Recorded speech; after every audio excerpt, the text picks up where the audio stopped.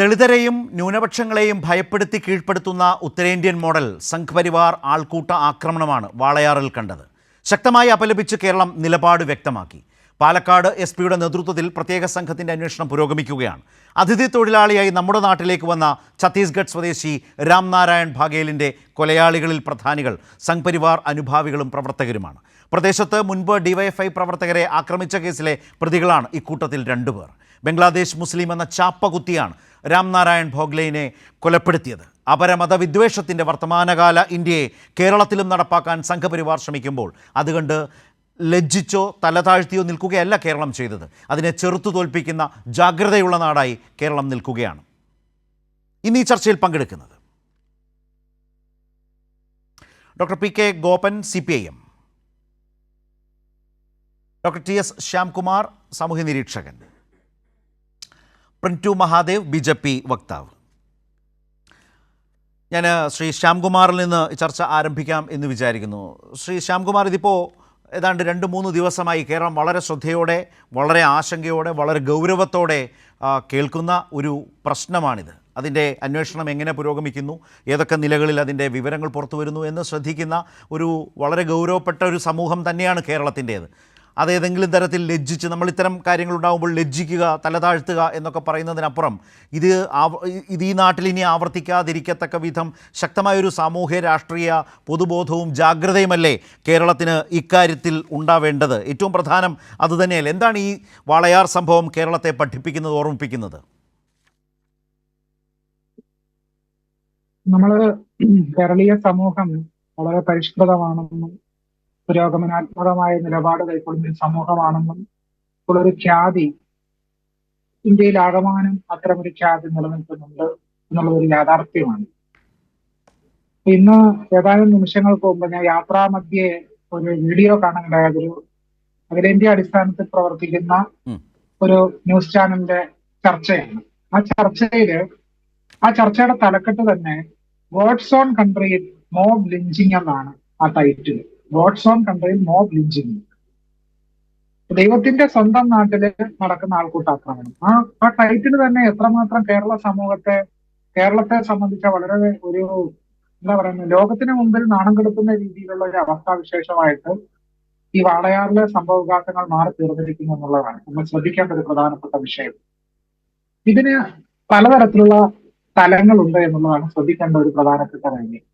അതിലെ ഒന്ന് എന്ന് പറയുന്നത്, കേരള സമൂഹം ഞാൻ ആദ്യം സൂചിപ്പിച്ചതുപോലെ പുരോഗമനാത്മകമായ നിലപാടുള്ള പരിഷ്കൃത സമൂഹമാണ് എന്ന് പറയുമ്പോൾ പോലും കേരള സമൂഹത്തിന്റെ അടിത്തട്ടിൽ വളരെ ആഴത്തിൽ പതിഞ്ഞു കിടക്കുന്ന ജാതിവംശീയ ബോധങ്ങൾക്ക് അത് പൂർണ്ണമായിട്ട് ഉന്മൂലനം ചെയ്യപ്പെട്ടില്ല എന്നുള്ളതാണ് ഈ രാംനാരായണിന്റെ കൊലപാതകം തെളിയിക്കുന്നത്.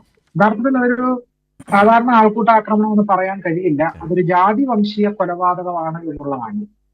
ഇതിനകത്ത് പ്രതികളായിട്ട് ചേർക്കപ്പെട്ടിട്ടുള്ള ഹിന്ദുത്വവാദികളുടെ അവരുടെ ഒരു ദൃശ്യത തന്നെ തെളിയിക്കുന്നത് എത്രമാത്രം ഭീകരമായിട്ടാണ് ഹിന്ദുത്വം എന്ന് പറയുന്ന ഒരു പ്രത്യയശാസ്ത്രം മനുഷ്യർക്കിടയിൽ ആഴത്തിൽ വെറുപ്പ് സൃഷ്ടിക്കുക എന്നുള്ളതും ഈ സംഭവം തെളിയിക്കുന്നത്. കാരണം ഈ കൊല ചെയ്യപ്പെട്ട വ്യക്തിയോട് ചോദിച്ചത്, നിങ്ങൾ ഒരു ബംഗ്ലാദേശി മുസ്ലിം അല്ലേ എന്ന് ചോദിച്ചുകൊണ്ടാണ് അദ്ദേഹത്തെ ക്രൂരമായ ഹിംസയ്ക്ക് വിധേയമാക്കിയത് എന്നുള്ളതാണ്. അപ്പൊ ഒരു മുസ്ലിം ആണെങ്കിൽ ബംഗ്ലാദേശി ആണെങ്കിൽ തല്ലിക്കൊല്ലാം എന്ന് പറയുന്ന ഒരു പൊതുബോധം എവിടെ നിന്നാണ് സൃഷ്ടിക്കപ്പെടുന്നത്? ഏതാനും ദിവസങ്ങൾക്ക് മുമ്പ് റോഹിംഗ്യൻ മുസ്ലിങ്ങളെ സംബന്ധിച്ച് ഒരു ചർച്ച ഉയർന്നു വന്നപ്പോൾ ബഹുമാനപ്പെട്ട സുപ്രീം കോടതിയുടെ ചീഫ് ജസ്റ്റിസ് തന്നെ പറഞ്ഞത്, അവരെ ഒരു നുഴഞ്ഞുകയറ്റക്കാരായിട്ട് ഹിന്ദുത്വവാദികൾ സ്ഥാനപ്പെടുത്തുന്നതിന് തുല്യമായിട്ടുള്ള നിരീക്ഷണങ്ങൾ ബഹുമാനപ്പെട്ട സുപ്രീം കോടതിയുടെ ഭാഗത്തു നിന്നുണ്ടായി എന്നുള്ളത് പോലും ഹിന്ദുത്വ പൊതുബോധം എത്ര ഭീകരമായിട്ടാണ് ജനാധിപത്യ സ്ഥാപനങ്ങളെ പോലും ബാധിച്ചിരിക്കുന്നത് എന്നുള്ളതിന്റെ ഒരു ദൃഷ്ടാന്തമായിട്ട് നമ്മൾ ഈ വിഷയത്തെയൊക്കെ പരിഗണിക്കണം. അപ്പം 2 കാര്യങ്ങളാണ് ഈ സംഭവത്തിലൂടെ പുറത്തു വരുന്നത്. ഒന്ന്, കേരള സമൂഹത്തിന്റെ അടിത്തട്ടിൽ ആഴത്തിൽ വിലീനമായിരിക്കുന്ന ജാതിവംശീയ ബോധം ഇപ്പോഴും ഉന്മൂലനം ചെയ്യപ്പെട്ടിട്ടില്ല എന്നുള്ളതാണ്. ഇത് മറ്റേതെങ്കിലും വിഭാഗത്തിൽപ്പെട്ട ഒരാളെ ആണെങ്കിൽ ഈ രീതിയിൽ ആക്രമിക്കാൻ ധൈര്യപ്പെടില്ല കേരള സമൂഹം. അപ്പൊ അൺപ്രിവിലേജഡ് ആയിട്ടുള്ള ഒരു മനുഷ്യനെ, ഒരു ബംഗ്ലാദേശി, ഒരു മുസ്ലിമിനെ തല്ലിക്കൊല്ലാം എന്ന് പറയുന്ന ഒരു മാനസികാവസ്ഥയിലേക്ക് കേരള സമൂഹം എത്തിപ്പെട്ടു എന്നുള്ളത് കേരളത്തിന്റെ പൊതുബോധത്തിൽ ആഴത്തിൽ ഈ മുസ്ലിങ്ങൾക്കെതിരായ, ദളിതർക്കെതിരായ, ആദിവാസികൾക്കെതിരായ ഒരു വെറുപ്പ് പടർത്തുന്നതിൽ ഹിന്ദുത്വം വിജയിച്ചിരിക്കുന്നു എന്നുള്ളതാണ് നമ്മൾ മനസ്സിലാക്കേണ്ട ഒരു പ്രധാനപ്പെട്ട വിഷയം. അപ്പൊ ഈ വിഷയത്തെ നമ്മൾ സമഗ്രമായിട്ട് പഠിക്കാതെ, ഈ വിഷയത്തെ സമഗ്രമായിട്ട് സമീപിക്കാതെ നമ്മൾ എത്തിച്ചേർന്നിരിക്കുന്ന വെറുപ്പിന്റെ രാഷ്ട്രീയത്തെ മറികടക്കാൻ കഴിയില്ല എന്നുള്ളതാണ്. കേരള സമൂഹത്തിൽ നിലനിൽക്കുന്ന ഒരു പാരസ്പര്യത്തിന്റെ രാഷ്ട്രീയമുണ്ട്, ഒരു സഹജീവനത്തിന്റെ രാഷ്ട്രീയമുണ്ട്. ആ സഹജീവനത്തിന്റെ രാഷ്ട്രീയം എന്ന് പറയുന്നത് ദളിതരും പിന്നോക്കക്കാരും ആദിവാസികളും മുസ്ലിങ്ങളും ക്രിസ്ത്യാനികളും ഒക്കെ ചേരുന്ന ഒരു പാരസ്പര്യ സഹജീവനത്തിന്റെ രാഷ്ട്രീയം തീർച്ചയായിട്ടും കേരളത്തിലുണ്ട്. അതില്ല എന്നൊന്നും നമുക്ക് പറയാൻ കഴിയില്ല. വർത്തമാനകാല കേരള സമൂഹത്തിൽ നിലനിൽക്കുന്നുണ്ട്. പക്ഷേ ആ പാരസ്പര്യ സഹജീവനത്തിന്റെ ആശയത്തെ സമ്പൂർണ്ണമായിട്ട് അട്ടിമറിക്കുന്ന രീതിയിൽ വാട്സപ്പിലൂടെ ധാരാളം വെറുപ്പിന്റെ രാഷ്ട്രീയം ഇങ്ങനെ പടർന്ന് പന്തലിച്ചുകൊണ്ടിരിക്കുകയാണ്. നമ്മൾ വിചാരിക്കുന്നതിനെക്കാട്ടിലും വേഗത്തിലാണ് സോഷ്യൽ മീഡിയയിലൂടെ ഈ വെറുപ്പിന്റെ രാഷ്ട്രീയം പടർന്ന് പന്തലിക്കുന്നത്. അതിനെ തടയിടാൻ, അതിനെ കാര്യക്ഷമമായിട്ട് അതിനെ ബദലായിട്ട് സാഹോദര്യത്തിന്റെ ഒരു രാഷ്ട്രീയം പണിയാൻ നമുക്ക് എന്തൊക്കെയോ പ്രതിസന്ധികൾ ഉണ്ട് എന്നുള്ളതാണ് ഈ ആൾക്കൂട്ടാക്രമണം തെളിയിക്കുന്നത്. തന്നെയല്ല, ഇതിനു മുമ്പ് നടന്ന സംഭവവികാസങ്ങൾ കൂടി നമ്മൾ ചേർത്ത് വായിക്കണം. മധുവിന്റെ കൊലപാതകം, അതുപോലെ തന്നെ കോഴിക്കോട് മെഡിക്കൽ കോളേജിലെ ചില സംഭവവികാസങ്ങളുമായി ബന്ധപ്പെട്ട് മറ്റൊരു ആദിവാസി ആത്മഹത്യ ചെയ്ത സംഭവം, യഥാർത്ഥത്തിൽ അതിനെ ആത്മഹത്യ എന്നല്ല വിശേഷിക്കേണ്ട, അതും മറ്റൊരു കൊലപാതകമാണ്. രാജേഷ് മാഞ്ചിയുടെ കൊലപാതകം, ആൾക്കൂട്ട ആക്രമണം എന്ന് നമ്മൾ വിശേഷിപ്പിക്കുന്ന കൊലപാതകം. അപ്പൊ ഇതെല്ലാം സൂചിപ്പിക്കുന്ന എന്താണ്? നമ്മുടെ സമൂഹത്തില് ഈ പറയുന്ന ബംഗ്ലാദേശികളെന്ന് നമ്മൾ വിശേഷിപ്പിക്കുന്ന, അതുപോലെ തന്നെ അതിഥി തൊഴിലാളികളെന്ന് വിശേഷിപ്പിക്കുന്ന, ഇങ്ങനെ പല പേരുകളിൽ അറിയപ്പെടുന്ന ഈ മനുഷ്യരാണ് കേരളത്തെ ഇപ്പോൾ നിർമ്മിച്ചുകൊണ്ടിരിക്കുന്നത്. കൃഷിപ്പണിക്ക്, കെട്ടിട നിർമ്മാണ രംഗത്ത്, ഹോട്ടലുകളില്. അപ്പൊ ഈ മനുഷ്യരുടെ അധ്വാനം ഉപയോഗിച്ചുകൊണ്ട് ഒരു പുതിയ നവകേരളം സൃഷ്ടിക്കപ്പെടുമ്പോൾ ആ നവകേരളം എന്ന് പറയുന്ന സങ്കല്പത്തിനകത്തുനിന്ന്, ആധുനിക കേരളം എന്ന് പറയുന്ന സങ്കല്പത്തിനകത്തുനിന്ന് ഈ പറയുന്ന മനുഷ്യരെയെല്ലാം മാറ്റി നിർത്തുന്ന ഒരു പുറന്തള്ളുന്ന ഒരു വ്യവസ്ഥാക്രമ ഹിന്ദുത്വവാദികൾ സൃഷ്ടിച്ചെടുക്കുന്നു എന്നുള്ളതാണ്. അപ്പൊ ഈ വെറുപ്പിന്റെ രാഷ്ട്രീയത്തിൽ ഉൽപ്പത്തി കേന്ദ്രം രണ്ടാണ്. അതിലൊന്ന് ഹിന്ദുത്വ വംശീയവാദമാണ്, രണ്ട് അത് ഇസ്ലാമോഫോബിയയിലും ദളിതരോടും ആദിവാസികളോടുള്ള വെറുപ്പിന്റെ രാഷ്ട്രീയത്തിലും അധിഷ്ഠിതമാണ്. അത് ഏറ്റവും പ്രധാനമായിട്ട് ഈ രാഷ്ട്രീയം ലക്ഷ്യമാക്കുന്നത് കേരളത്തിന്റെ മണ്ണിനെ സമ്പൂർണമായിട്ടും ആർ എസ് എസ് വൽക്കരിക്കുക, ഈ ഹിന്ദുത്വവൽക്കരിക്കുക, അതിലൂടെ വെറുപ്പിന്റെയും വിഭജനത്തിന്റെയും ഒരു സംഗതി, ഒരു വലിയ രാഷ്ട്രീയം നമ്മുടെ സമൂഹത്തിൽ പടർത്തിക്കൊണ്ട് കേരള സമൂഹത്തിൽ നിലനിൽക്കുന്ന സ്നേഹത്തിന്റെയും സാഹോദര്യത്തിന്റെയും രാഷ്ട്രീയത്തെ സമ്പൂർണ്ണമായിട്ട് റദ്ദ് ചെയ്യുക എന്നുള്ളതാണ് ഇവർ ലക്ഷ്യമാക്കുന്നത്. അതുകൊണ്ട് ഇത് കേവലം ഒരു സംഭവവികാസമല്ല, ഒരു രാഷ്ട്രീയ അടയാളമായിട്ട് നമ്മൾ കാണണം. ഈ വിദ്വേഷത്തിന്റെ വെറുപ്പിന്റെ രാഷ്ട്രീയത്തെ നമ്മൾ തടഞ്ഞിട്ടില്ലെങ്കിൽ കേരള സമൂഹം വലിയ വില കൊടുക്കേണ്ടി വരുമെന്നാണ് ആമുഖമായി സൂചിപ്പിക്കാനുള്ളത്. ഞാൻ താങ്കളിലേക്ക് വരാം. ഇതേ ദിവസം തന്നെയാണ് അഖ്ലാഖിനെ കൊലപ്പെടുത്തിയ കേസിൽ UP-യിൽ ആ കേസ് തള്ളാൻ, ഒഴിവാക്കാൻ UP സർക്കാർ നീങ്ങിയപ്പോൾ കോടതി ആ നീക്കം തടഞ്ഞു. ആ കോടതിയുടെ സർക്കാരിൻ്റെ കേസ് എഴുതിത്തള്ളാനുള്ള പ്രോസിക്യൂഷൻ്റെ നീക്കം അടക്കം തള്ളിയ വാർത്ത കൂടി നമ്മുടെ മുമ്പിലേക്ക് വന്ന ഒരു ദിവസമാണ് എന്നുള്ളതുണ്ട്. ഈ ചർച്ചയിലേക്ക് കടന്നു വരും എന്നുള്ളത് ഉറപ്പാണ്. അതായത് കരോൾ സംഘത്തിന് നേരെ ആക്രമണം വരിക, അതുപോലെ ക്രിസ്മസ് ആഘോഷിക്കാൻ പാടില്ല എന്ന നിർദ്ദേശം വരിക. അപ്പോൾ അതിനെതിരായിട്ടുള്ള ചെറുത്തുനിൽപ്പുണ്ടാവുക, അതിനെ സംരക്ഷിച്ച് കരോൾ അതുപോലെ ക്രിസ്മസ് ആഘോഷങ്ങൾക്ക് സംരക്ഷണവും ഒരുക്കും എന്ന് DYFI പരസ്യമായി പറയുന്നതുമൊക്കെ ഈ കേരളത്തിൽ നമ്മൾ കാണുന്ന, അറിയുന്ന, അനുഭവിക്കുന്ന തലത്തിൽ ഒരു സാമൂഹ്യ അന്തരീക്ഷം കേരളത്തിൽ ഇന്നുണ്ട് എന്നുള്ളത് ഉത്തരേന്ത്യയിൽ നമ്മൾ വാർത്തകളിലൂടെയും ദൃശ്യങ്ങളിലൂടെയും പത്രങ്ങളിലൂടെയും ഒക്കെ കണ്ട അനുഭവങ്ങളെ കടന്നു വരുന്നു.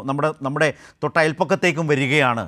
അവിടെയാണ് നേരത്തെ ശ്രീ ശ്യാംകുമാർ പറഞ്ഞതുപോലെ അതൊരു ഒറ്റപ്പെട്ട സംഭവമായി കണ്ട് എഴുതിത്തള്ളാവുന്നതോ ലജ്ജിച്ച് തലതാഴ്ത്തുക എന്നൊക്കെ പറയുന്ന ക്ലീഷേ സംവിധാനത്തിലോ പ്രയോഗത്തിലോ പ്രതികരണത്തിലോ ഒതുക്കാവുന്നതല്ല എന്ന പ്രശ്നം വരുന്നത്.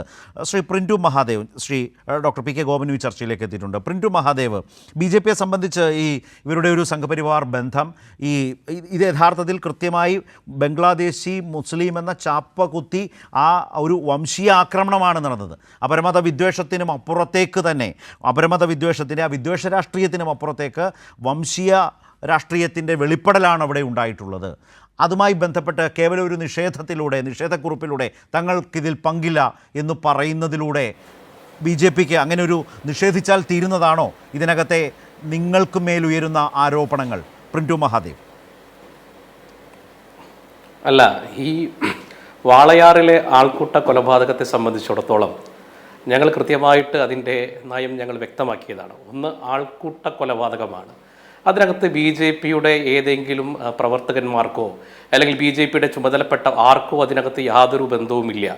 പിന്നെ ഈ കേരളത്തിൻ്റെ ഒരു പൊതു സിൻഡിക്കേറ്റ് പ്രവർത്തിക്കുന്നുണ്ടല്ലോ, എന്ത് തന്നെ സംഭവങ്ങൾ നടന്നാലും RSSനെയും BJPയിലെയും അതിൻ്റെ ഒരു പ്രതിപട്ടികയിലേക്ക് നമ്മൾ പറഞ്ഞിട്ടുണ്ട്. ഈ ചത്തത് കീചകനാണെങ്കിൽ കൊന്നത് ഭീമൻ തന്നെ എന്ന് പറയുന്ന പോലെ ഇപ്പോൾ ശ്യാംകുമാറിനെ പോലെയുള്ള ആളുകൾക്ക് നാഴികയ്ക്ക് 40 വട്ടം കേരളത്തിലെ എല്ലാ സംഭവ വികാസങ്ങളിലും RSSനെ ഒരു പ്രതിപട്ടികയിൽ നിർത്തുക എന്നുള്ള അവരുടെ ആസൂത്രിതമായിട്ടുള്ള ഒരു അജണ്ടയുടെ ഭാഗമാണ്. ഞങ്ങളെ സംബന്ധിച്ചിടത്തോളം കൃത്യമായിട്ട് ഇത് കേരളത്തിലെ ആഭ്യന്തരമന്ത്രിയായിട്ടുള്ള പിണറായി വിജയൻ സർക്കാരിൻ്റെ വലിയ പരാജയമാണ്. നിങ്ങൾ പറഞ്ഞല്ലോ നേരത്തെ ശ്യാംകുമാർ ആലങ്കാരികമായിട്ട് പറയാതെ ഇങ്ങനെ പറഞ്ഞു പോയ ചില കാര്യങ്ങളുണ്ട്. കേരളത്തിൽ ആൾക്കൂട്ട കൊലപാതകങ്ങൾ, പ്രമാദമായിട്ടുള്ള 3 ആൾക്കൂട്ട കൊലപാതകങ്ങൾ നടന്നു. ഒന്ന് അട്ടപ്പാടിയിലെ ദളിതനായിട്ടുള്ള മധു. ആ മധുവിനെ കൊന്നത് RSSകാരാണോ? ആരായിരുന്നു ആ പ്രതിപ്പട്ടികയിൽ ഉണ്ടായിരുന്ന ആളുകൾ? അവരുടെ ജാതിയും മതവും പ്രത്യയശാസ്ത്രപരമായിട്ടുള്ള രാഷ്ട്രീയ നിലപാടുകളും എന്തായിരുന്നു? രണ്ടാമത് അദ്ദേഹം ഇങ്ങനെ പറഞ്ഞു പോയി, കൊണ്ടോട്ടിയിൽ രാജേഷ് മാഞ്ചി എന്ന് പറയുന്ന ഒരു ദളിതനായിട്ടുള്ള ആളെ അതിനിഷ്ഠുരമായിട്ട് തല്ലിക്കൊന്നു, പൊതുമധ്യത്തിൽ വിചാരണ ചെയ്ത് ഒരു ഉത്തരേന്ത്യക്കാരനായിട്ടുള്ള ഒരു വ്യക്തിയെ കൊണ്ടുവന്ന് സംസാരിച്ച് അദ്ദേഹം ഹിന്ദുവാണെന്ന് ഉറപ്പിച്ചിട്ട് അദ്ദേഹത്തെ തല്ലിക്കൊന്നപ്പോൾ ഈ രാഷ്ട്രീയം ചകഞ്ഞിട്ട് അത് ഇവിടെ നടക്കുന്ന ആസൂത്രിതമായിട്ടുള്ള ശ്രമമാണെന്ന് പറയാൻ ഒരു ശ്യാംകുമാറിനെയും നമ്മൾ കേരളത്തിൽ കണ്ടിട്ടില്ല. അതുകൊണ്ട് ഞങ്ങളെ സംബന്ധിച്ചുള്ള ഇതൊരു കൃത്യമായിട്ടുള്ള ആൾക്കൂട്ട കൊലപാതകമാണ്. ഇതിനകത്ത് കൃത്യമായിട്ട് BJPയുടെ അനുഭാവികൾ, അത് ഇന്ന് കൂടെ സ്പെഷ്യൽ ബ്രാഞ്ച് റിപ്പോർട്ടിനകത്ത് പറയുന്നത് BJPയുടെ അനുഭാവികളായിട്ടുള്ള ആദ്യത്തെ 5 പേരിൽ 4 പേർ. അതിൽ ഞാൻ ചോദിക്കട്ടെ, അതിലെ പ്രതിപട്ടികയിലുള്ള 4ാമനായിട്ടുള്ള ആൾ, അദ്ദേഹത്തിൻ്റെ പേര് ആനന്ദ് എന്നാണ്. ആനന്ദ് ആരാണ്? CPMൻ്റെ മുൻ ബ്രാഞ്ച് സെക്രട്ടറിയാണ്. CITUവിൻ്റെ ജനറൽ വർക്കിംഗ് ലോഡിൻ്റെ തൊഴിലാളിയാണ്. അത് ഇപ്പോഴും CPMൻ്റെ ബ്രാഞ്ച് അട്ടപ്പള്ളി ബ്രാഞ്ച് കമ്മിറ്റി അംഗമാണ്. CPMൻ്റെ ബ്രാഞ്ച് കമ്മിറ്റി അംഗം നേരിട്ട് RSSകാരുടെ ആക്രമണത്തിന് കൂടെ നിന്നിട്ട് ഒത്താശ ചെയ്തു കൊടുക്കാൻ ഏത് തരത്തിലുള്ള സംവിധാനമാണ് CPMൻ്റെ സംവിധാനം? രണ്ടാമത് അതിനുശേഷം നോക്കൂ, അതിനുശേഷം 2 പേരെ വീണ്ടും അറസ്റ്റ് ചെയ്തിട്ടുണ്ട്. അതിൽ ഒരാളുടെ പേര് ജഗദീഷ് എന്നാണ്, മറ്റൊരാളുടെ പേര് വിനോദ് എന്നാണ്. ജഗദീഷ് എന്ന് പറയുന്ന ആൾ കോൺഗ്രസിൻ്റെ അവിടെ 40 വർഷമായിട്ടുള്ള സജീവ പ്രവർത്തകനാണ്. വിനോദ് എന്ന് പറയുന്ന പ്രവർത്തകൻ ആദ്യം പ്രാദേശികമായി DYFIയുടെ ചുമതല വഹിച്ചിരുന്നു. ഈ കഴിഞ്ഞ തദ്ദേശ സ്വയംഭരണ തെരഞ്ഞെടുപ്പിൽ അദ്ദേഹം സ്വാഭാവികമായിട്ട് ഇപ്പോൾ കോൺഗ്രസിൻ്റെ കൂടെയാണ്. അവിടെ നടക്കുന്ന റെക്കോർഡിംഗ് ആയിട്ടുള്ള അവിടെ നടക്കുന്ന ഈ വാട്സപ്പ് ക്ലിപ്പിംഗ്സ് അടക്കം പ്രചരണങ്ങളിൽ അവിടെ ശക്തമായിട്ട് ഇദ്ദേഹത്തിന് ആക്രമിക്കാൻ വേണ്ടിയിട്ട് ആഹ്വാനം ചെയ്യുന്നത് അവിടുത്തെ മുൻ കോൺഗ്രസിൻ്റെ വാർഡ് മെമ്പറാണ്. ഇങ്ങനെ ആസൂത്രിതമായിട്ട് CPMകാരനും കോൺഗ്രസ്സുകാരനും ചേർന്ന് നടത്തിയിട്ടുള്ള ഒരു ആൾക്കൂട്ട കൊലപാതകത്തെ സംഘപരിവാറിൻ്റെ വംശീയതയുടെയും അല്ലെങ്കിൽ നിങ്ങൾ പറയുന്ന ഈ വംശീയ ഉന്മൂലനത്തിൻ്റെ പട്ടികയിൽ പെടുന്നതിൻ്റെ ഉദ്ദേശം എന്താണെന്ന് മനസ്സിലാക്കുന്നില്ല. അതാണ് പറയുന്നത്, കേരള സത്യത്തിൽ ഇപ്പോൾ ഭ്രാന്താലയമായിരിക്കുകയാണ്. ഓക്കെ, ഇതാണ് BJPയുടെ ഇക്കാര്യത്തിലുള്ള വാദമെങ്കിൽ ശ്രീ PK ഗോപൻ എന്താണ് മറുപടി? അതായത് ആദ്യം തന്നെ ഇതൊരു ആൾക്കൂട്ട കൊലപാതകമാണ് എന്ന് പറയുന്നൊരു ഡിഫൻസിലേക്ക് BJP എത്തുന്നു. പക്ഷേ തങ്ങൾക്കതിനകത്ത് നേതൃപരമായ പങ്കുണ്ട്. സംഘപരിവാർ രാഷ്ട്രീയത്തിൻ്റെ പ്രതിഫലനം, ഉത്തരേന്ത്യയിൽ ഇപ്പോൾ ദളിതരെയും ന്യൂനപക്ഷങ്ങളെയും ഭയപ്പെടുത്തി കീഴ്പ്പെടുത്തുന്ന ആൾക്കൂട്ട ആക്രമണത്തിൻ്റെ തരത്തിൽ അതിനപ്പുറം മുമ്പ് പലപ്പോഴും ഉണ്ടായിട്ടുള്ളതിൻ്റെ ഒരു സ്വഭാവമൊക്കെ വിശദീകരിച്ച് കാട്ടിക്കൊണ്ട് അങ്ങനെ ഒരു ആൾക്കൂട്ട കൊലപാതകമാണെന്നൊരു ഡിഫൻസ് എടുക്കാൻ ശ്രമിക്കുന്നു. ഇതിലുള്ള പങ്കാളിത്തത്തെ സംബന്ധിച്ചൊരു നിഷേധിക്കുന്ന നിലപാടും സ്വീകരിക്കുകയാണ്. ആ വിധം BJP ഇതിനെ വിശദീകരിച്ച് കേരളത്തിൻ്റെ പൊതുസമൂഹത്തിന് മുമ്പിൽ അവർക്ക് ഈ കേസിൽ മുന്നോട്ട് പോകാൻ കഴിയുമോ? മാത്രവുമല്ല, അതിനകത്ത് കോൺഗ്രസിൻ്റെയും CPIMൻ്റെയും ഒക്കെ പ്രാദേശിക തലത്തിൽ നിങ്ങളിൽക്ക് വിശ്വസിക്കുന്ന ആളുകൾ കൂടി അതിലുണ്ടല്ലോ എന്ന് പറഞ്ഞുകൊണ്ടാണ് ആ വാദമെങ്കിൽ ശ്രീ ഗോപൻ എന്തു മറുപടി?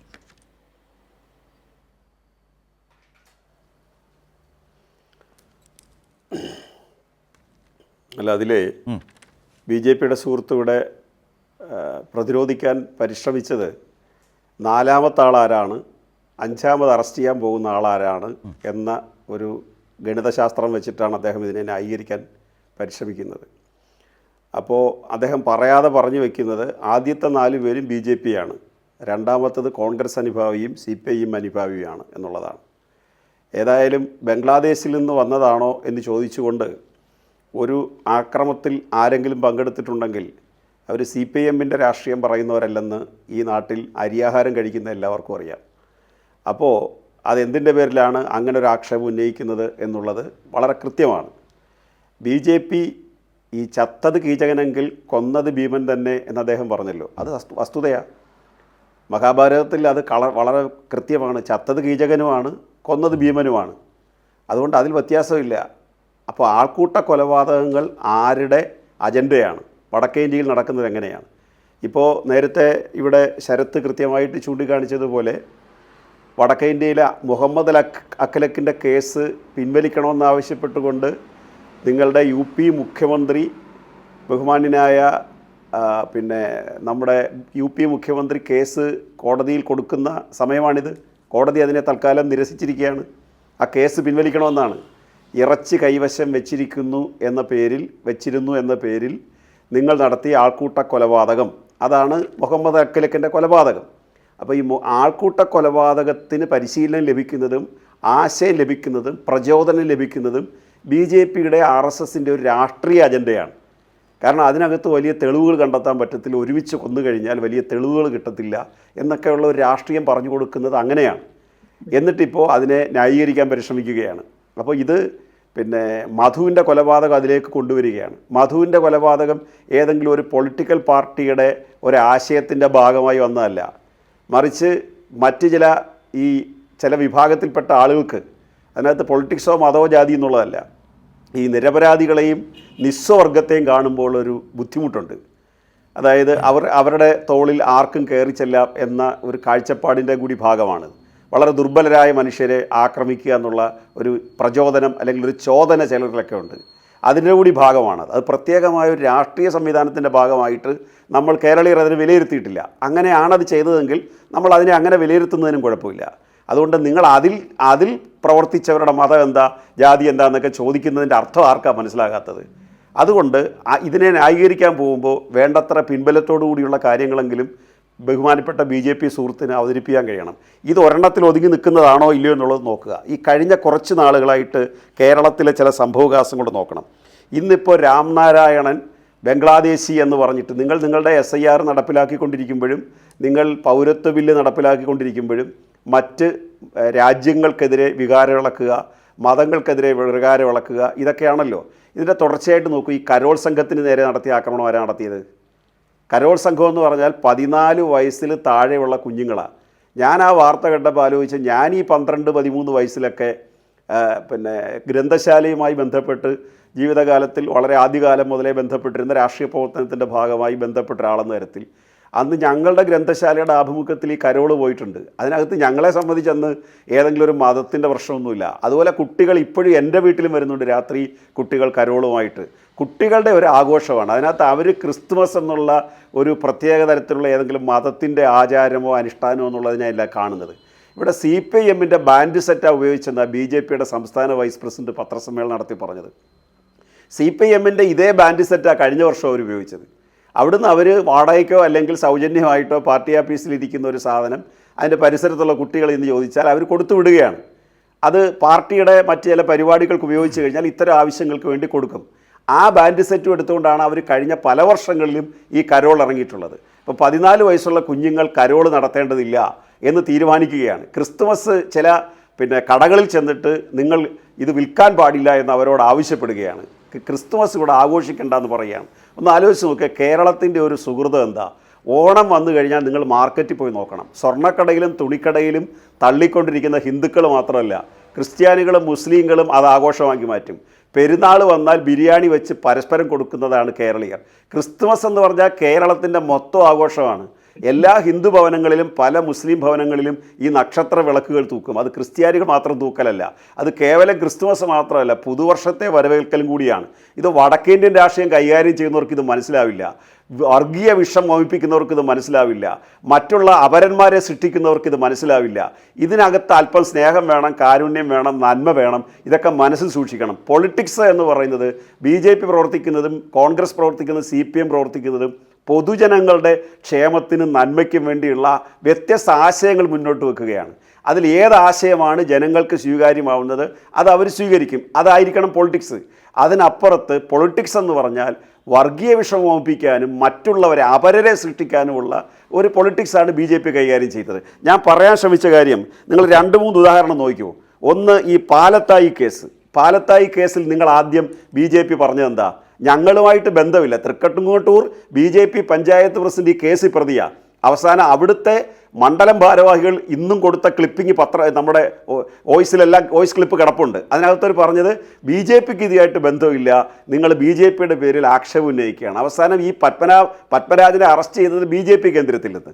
അയാളെ അറസ്റ്റ് ചെയ്ത് കഴിഞ്ഞപ്പോഴാണ് അയാൾ BJPയുടെ പഞ്ചായത്ത് പ്രസിഡന്റാണ്. നിങ്ങൾ നിഷേധിക്കത്തില്ലല്ലോ, തൃക്കങ്ങോട്ടൂർ പഞ്ചായത്ത് പ്രസിഡന്റാണ് അയാളെ താനൂർ പോലീസ് അറസ്റ്റ് ചെയ്ത് എത്ര വിവാദമായി 2-3 അന്വേഷണ ഏജൻസി മാറ്റിയതിന് ശേഷമാണ് ഈ പെൺകുട്ടി കള്ളം പറയുകയാണെന്ന് പറഞ്ഞ് സൈക്കോളജിക്കലായിട്ട് ആ കുട്ടി തെറ്റാണ് പറയുന്നതെന്ന് BJP-ക്കാരെ കൊണ്ട് എല്ലാം വാദിച്ചിട്ട് അവസാനം 4ാം ക്ലാസ്സിൽ പഠിക്കുന്ന ഒരു പിഞ്ചു കുഞ്ഞിനെ ശുചിമുറി കൊണ്ടുപോയി എത്ര ഭീകരമായിട്ട് ലൈംഗിക ദാഹം ശമിപ്പിക്കാൻ വേണ്ടി ഒരു അധ്യാപകൻ, നിങ്ങളുടെ BJP സംഘടനയുടെ ജില്ലാ ഭാരവാഹിയായിട്ടുള്ള ഒരു അധ്യാപകൻ നടത്തിയ ക്രൂരകൃത്യത്തെ നിങ്ങൾ എത്ര മാസം ചാനലിൽ വന്നിരുന്ന് ന്യായീകരിച്ച് ഇപ്പോൾ അയാൾക്ക് 20 വർഷത്തെ തടവ് കൊടുത്ത് ജീവപര്യന്തം തടവ് കൊടുത്തിരിക്കുക. ഇനി 3ാമത്തെ കേസ് നിങ്ങൾ ആലോചിച്ച് നോക്കിയേ. നിങ്ങളുടെ ആനന്ദ് കെ തമ്പി, അയാൾ BJP-യുടെ പ്രവർത്തകനായിട്ടിരുന്നുകൊണ്ട് അയാൾക്ക് സീറ്റ് കൊടുത്തില്ല.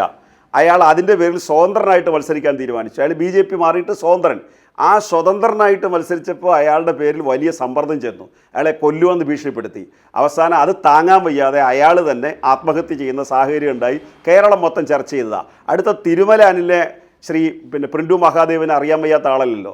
അദ്ദേഹം ഒരു സൊസൈറ്റി, BJP-യുടെ ഒരു സൊസൈറ്റി നടത്തിക്കൊണ്ടുപോയി അദ്ദേഹത്തിൻ്റെ പണമെല്ലാം BJP പ്രവർത്തകർ എടുത്തുകൊണ്ട് പോയിട്ട് തിരിച്ചു കൊടുക്കാൻ കഴിയാതെ തിരുമല അനിൽ ആത്മഹത്യാക്കുറിപ്പ് എഴുതി വെച്ചിട്ട് എൻ്റെ ആത്മഹത്യ ഇത് BJP കാരണമാണെന്നും ആ ശവം സംസ്കാരത്തിന് പോലും ഒരു BJP-ക്കാരനെ അങ്ങോട്ട് കയറ്റരുതെന്നും ചെന്ന രാജീവ് ചന്ദ്രശേഖർ ഉൾപ്പെടെയുള്ള ബഹുമാന്യ CPM നേതാക്കന്മാരെ BJP നേതാക്കന്മാരെ എല്ലാം അവിടെ ആക്ഷേപിക്കുന്ന അവസ്ഥയുണ്ടായതും ഈ കൂട്ടത്തിൽ നമുക്ക് നോക്കാവുന്ന കാര്യമാണ്.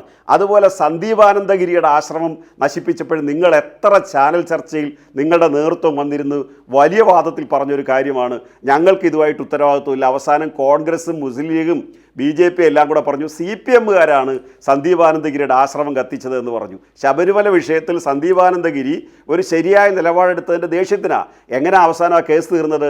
ഈ സംഭവത്തിൽ പങ്കെടുത്ത ഒരാൾ മനസ്സ് നീറി ആത്മഹത്യ ചെയ്തു, BJP-യുടെ പ്രവർത്തകൻ. അയാളുടെ സഹോദരനോട് ഇത് വെളിപ്പെടുത്തി. ആ സഹോദരനാണ് പറഞ്ഞത് ആരും ഇനി BJP-ലേക്ക് പോകരുത്, സന്ദീപാനന്ദഗിരിയുടെ ആശ്രമം കത്തിച്ചത് BJP ആണെന്ന് പറഞ്ഞത് അങ്ങനെയാണ്. അതുപോലെ തന്നെ ഇപ്പോൾ ഒരു കൊച്ചുകുട്ടി RSS-ന്റെ കേന്ദ്രത്തിൽ, കൊച്ചുകുട്ടിയല്ല കുറച്ച് മുതിർന്ന ആളാണ്, RSS-ന്റെ കേന്ദ്രത്തിൽ നിന്നുണ്ടായ വളരെ അപകടകരമായ ഒരു കാര്യം അദ്ദേഹം പറഞ്ഞു. RSS-ന്റെ ശാഖയിൽ, ഞാൻ RSS-ന്റെ ശാഖയിലെല്ലാം അങ്ങനെയാണ് സംഭവിക്കുന്നതെന്ന് ഒരാക്ഷേപം നിങ്ങൾക്കെതിരെ ഉന്നയിക്കുന്നില്ല. പക്ഷേ RSS-ന്റെ ശാഖയിലുണ്ടായ ഒരു സ്വവർഗ ലൈംഗിക പീഡനത്തിനിരയായി ഒരാളും ആത്മഹത്യ ചെയ്തു.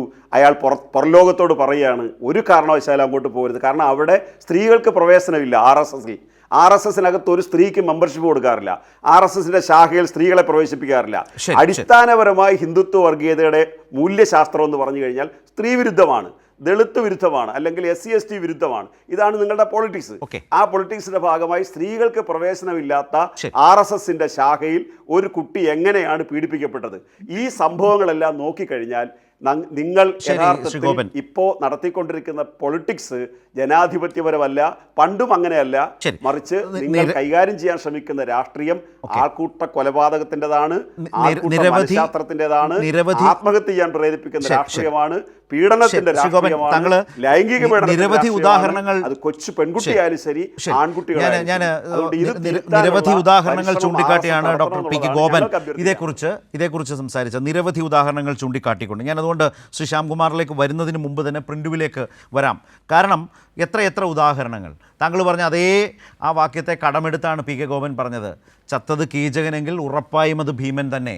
കീചകൻ ചത്തു എന്നുള്ളത് യാഥാർത്ഥ്യം, ഭീമൻ കൊന്നു എന്നുള്ളതും യാഥാർത്ഥ്യം. രാജ്യത്ത് കേരളത്തിലടക്കം എന്ന് തന്നെ ഇപ്പോൾ പറയാം അപരമത വിദ്വേഷത്തിൻ്റെയും വംശീയ വെറുപ്പിൻ്റെയും അത്തരം ആക്രമണങ്ങൾ ഉണ്ടായാൽ അതിൽ സംഘ് പരിവാറിൻ്റെ പങ്ക് മുമ്പ് പറഞ്ഞാൽ അതിൻ്റെ പ്രധാനികൾ അങ്ങനെ തന്നെയാണ് വന്നിട്ടുള്ള വിവരങ്ങൾ.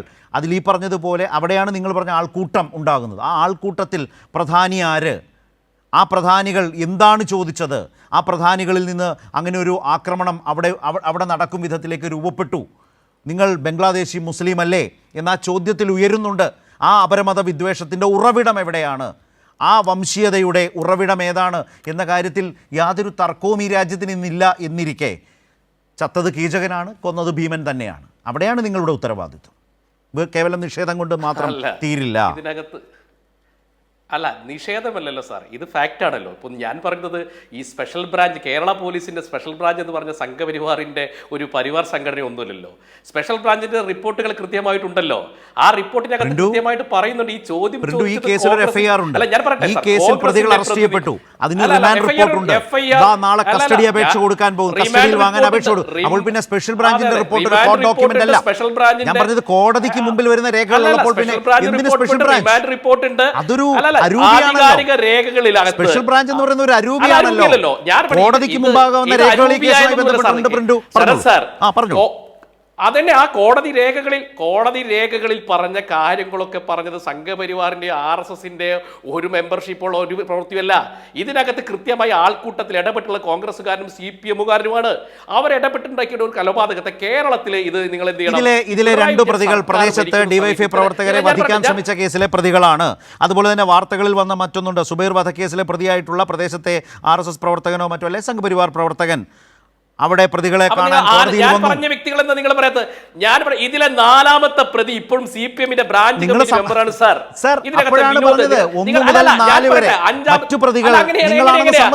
സംഘപരിവാറിന്റെ പ്രത്യയശാസ്ത്രം പ്രചരിപ്പിക്കാൻ വേണ്ടിയിട്ട് എങ്ങനെയാണ് CPM-കാരനും കോൺഗ്രസ്സുകാരനും മറ്റുള്ളവർ നിങ്ങളുടെ ആളുകൾ തന്നെ, നിങ്ങൾ 4ാം പ്രതിയിലേക്കും അറസ്റ്റ് ചെയ്യപ്പെട്ട ആളിലേക്കും നിങ്ങൾ ഈ കേസിലെ പ്രധാനികൾ നിങ്ങൾ തന്നെയാണ് BJP-യുടെ ചുമതലപ്പെട്ട ഒരാൾ പോലുമില്ല. ഞാൻ പറഞ്ഞല്ലോ, BJP-യുടെ ചുമതലപ്പെട്ട ഒരാൾ പോലുമില്ല. ചുമതലപ്പെട്ട പ്രവർത്തകർ മുഴുവൻ കോൺഗ്രസിന്റെയും CPM-കാരുമാണ്. അപ്പൊ RSSന്റെ അജണ്ടയ്ക്ക് നിന്ന് കൊടുക്കുന്നവരാണ് നിങ്ങളുടെ ബ്രാഞ്ച് കമ്മിറ്റി മെമ്പർ. നിങ്ങൾ ഈ പറയുന്നത് പോലെ ഈ കേരളത്തിൽ ഒരു പൊതു വിശേഷം, അദ്ദേഹം പാലത്തായി കേസിനെ കുറിച്ച് പറഞ്ഞു. നിരപരാധി, ഞങ്ങൾ ഇപ്പോഴും പറയുന്നു സാർ, ഗോപൻ സാർ, നിരപരാധിയായിട്ടുള്ള ഒരു അധ്യാപകനെ നിങ്ങൾ ആസൂത്രിതമായിട്ട് RSS-കാരനായതിന്റെ പേരിൽ മാത്രമാണ് അദ്ദേഹത്തിന്റെ ജയിലറയ്ക്കലിലേക്ക് നിങ്ങൾ തള്ളിവിട്ടുള്ളത്. കേസ് അവസാനിക്കുന്നില്ല ശരത് സാറേ. പാലത്തായി കേസിന്റെ അന്തിമ വിധി വരട്ടെ. യഥാർത്ഥ ആരാണ് ഇതിനകത്ത് കളിച്ച കാര്യങ്ങളൊക്കെ നമുക്ക് കോടതി വിധിയിൽ നിങ്ങൾക്ക് വിശ്വാസമില്ലാന്നല്ലേ പറയുന്നത്? വളരെ അല്ല, നിങ്ങൾ പോലീസിനെ വിടും, കോടതി വിധിയിൽ നിങ്ങൾക്ക് വിശ്വാസമില്ലാന്നല്ലേ പറയുന്നത്? ആരാ പറഞ്ഞത്? ആ പ്രതി നിരപരാധിയാണെന്ന് ഇന്നും ഞങ്ങൾ വിശ്വസിക്കുന്നു എന്ന് പറഞ്ഞതുകൊണ്ടാണ് കോടതിയാണ് 2-20 വർഷം അയാളെ ശിക്ഷിച്ചത്. ആ പ്രതി നിരപരാധിയാണെന്നാണ് പറഞ്ഞത്. ഞങ്ങൾ അങ്ങനെ വിശ്വസിക്കുന്നു എന്നാണ് പറഞ്ഞത്. മേൽക്കോടതികളുണ്ടല്ലോ, അത് വേറെ. അത് കോടതിയെ വിശ്വസിച്ചുകൊണ്ട് അപ്പീൽ നടപടികളെ ആശ്രയിക്കലാണ്. നിങ്ങൾ പറഞ്ഞത് ഈ വിധിയിൽ വിശ്വാസമില്ല എന്നാണ്. അല്ലല്ല, ഞാൻ പറയട്ടെ, അങ്ങനെയല്ല. ആ ശരത് സാർ അതിനെ വളച്ചൊടിക്കേണ്ട കാര്യമില്ല. അന്തിമ വിധി വരട്ടെ. ഞാൻ അദ്ദേഹം അതിന് അപ്പീൽ പോയിട്ടുണ്ട്. അതിനകത്ത് വിധി വരട്ടെ. ആസൂത്രിതമായിട്ട് ഈ കേരളത്തിൽ പോലീസ് സംവിധാനം ആ കാലം വരെയും കേരളീയ പൊതുസമൂഹത്തിന് അയാൾ പ്രതിയാണ്, അയാൾ കുറ്റവാളിയാണ് എന്ന് തന്നെയാണ് വിശ്വസിക്കാൻ കഴിയുക. പ്രിന്റുവിന്റെ വാദമല്ല കേരളീയ സമൂഹം എടുക്കുക. എന്താണ്? അയാൾ അപ്പീലിൽ പോയി വിടുതൽ വാങ്ങിച്ചാൽ മാത്രമാണ് അയാൾ കുറ്റവാളിയല്ല എന്ന് ഈ ഘട്ടത്തിൽ പറയാൻ കഴിയും. അതുവരെ പാലത്തായി കേസിൽ അയാൾ കൊടും കുറ്റവാളിയാണ്. എന്താ സംശയം? അയാൾ അപ്പീൽ കൊടുത്തു എന്നതുകൊണ്ട് കേരളം അയാൾ പ്രതിയല്ല, അയാൾ കുറ്റവാളിയല്ല, അയാൾ ശിക്ഷിക്കപ്പെട്ടയാളല്ല എന്ന് വിശ്വസിക്കണോ? വിശ്വസിക്കില്ല ആരും. പ്രിന്റുവിന്റെ പാർട്ടി വിശ്വസിക്കും. കേരളത്തിലെ പിണറായി അല്ല സാർ, കേരളത്തിലെ ഞാൻ പറയട്ടെ, ഒരു കീഴ്ക്കോടതിയുടെ വിധി അന്തിമമായി കൊണ്ട് ഒരാളെ പ്രതിപട്ടികയിൽ ഉൾപ്പെടുത്തിക്കൊണ്ട് അയാൾ പ്രതിയാണെന്ന് എങ്ങനെയാണ് നമുക്കറിയാൻ സാധിക്കുക? അന്തിമമായിട്ടുള്ള വിധി പാലത്തായി കേസിന്റെ അന്തിമ വിധി വരെ കേരള സമൂഹം കാത്തിരിക്കുകയാണ്. അന്തിമ വിധിയില്ല, ഏറ്റവും പ്രധാനപ്പെട്ട വിധി വന്നു കഴിഞ്ഞേ. വെറുതെ ന്യായീകരിക്കാൻ നിൽക്കല്ലേ പ്രിന്റു, വെറുതെ ന്യായീകരിക്കാൻ നിൽക്കരുത്. അല്ല നോക്കാമല്ലോ സാർ.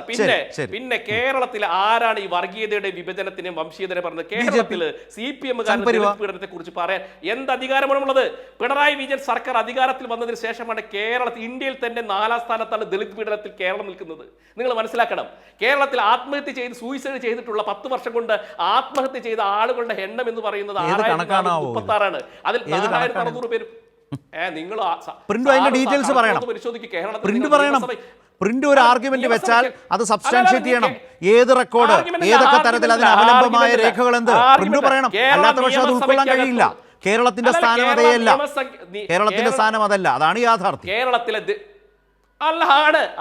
നിങ്ങൾ നോക്കൂ, നിങ്ങളെ ക്രൈം റിപ്പോർട്ടുകൾ നോക്കൂ സാർ.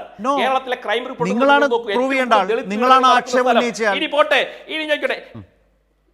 അത് തീർച്ചയായും നിങ്ങൾ കേരളത്തിലെ നിയമസഭയുടെ ആധികാരിക രേഖകളിൽ നിങ്ങളുടെ മന്ത്രി, നിങ്ങളുടെ കൊടുത്ത റിപ്പോർട്ടാണ് ഞാൻ കേരളത്തിലെ ദളിത് പീഡനങ്ങൾ. ശ്യാംകുമാർ സാർ ഉണ്ടല്ലോ, അദ്ദേഹം ആധികാരികമായിട്ട് ദളിത് പീഡനങ്ങളെ കുറിച്ച് പഠിക്കുന്ന ഒരാളാണല്ലോ. ഇനി നിങ്ങളുടെ പാർട്ടിയുടെ നിയമസഭ എന്നൊക്കെ പറഞ്ഞല്ലോ, നിയമസഭയിൽ നിങ്ങൾക്ക് അംഗവുമില്ല. ആ നിയമസഭയിൽ നിങ്ങൾ ആധാരമാക്കിയ രേഖ ഏത്, ചോദ്യം ഏത്, ഏതാണ് മറുപടി എന്നുള്ളത് പറ.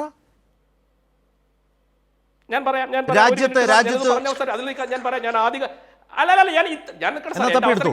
ഞാൻ ആധികാരികമായ രേഖ ഇതിനകത്തുണ്ട്. ഞാൻ പറയാം. പരിശോധിച്ചോളൂ, ഞാൻ വരാം.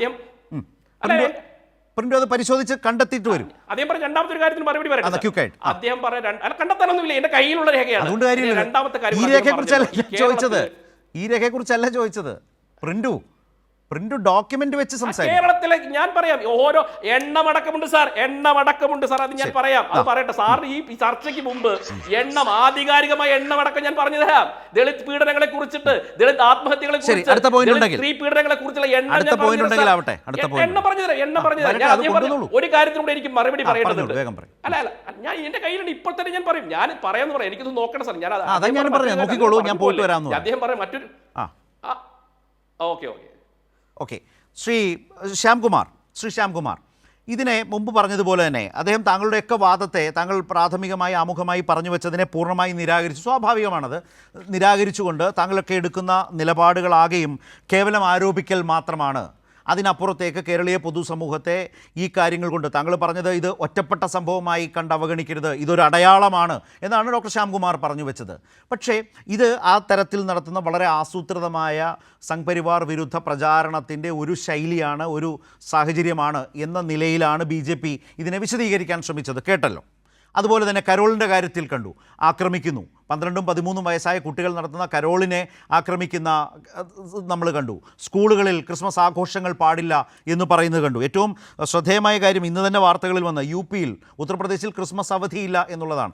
ഹാജർ ഉറപ്പാക്കണം എന്ന് പറയുന്ന ഉത്തരവ് അവിടെ വിദ്യാഭ്യാസ വകുപ്പ് ഡിസംബർ 25 ബന്ധപ്പെട്ട് കൊടുത്തിരിക്കുന്നു. അഖില കേസുമായി ബന്ധപ്പെട്ട കാര്യം നേരത്തെ നമ്മളിവിടെ പറയുകയും ചെയ്തു. പക്ഷേ കേരളത്തിൻ്റെ മണ്ണിൽ ഇതൊന്നുമല്ലാത്ത ഒരു സവിശേഷ സ്വഭാവത്തിലാണ് BJP നിൽക്കുന്നത് എന്ന് സമർത്ഥിക്കാനാണ് ശ്രമിക്കുന്നത്.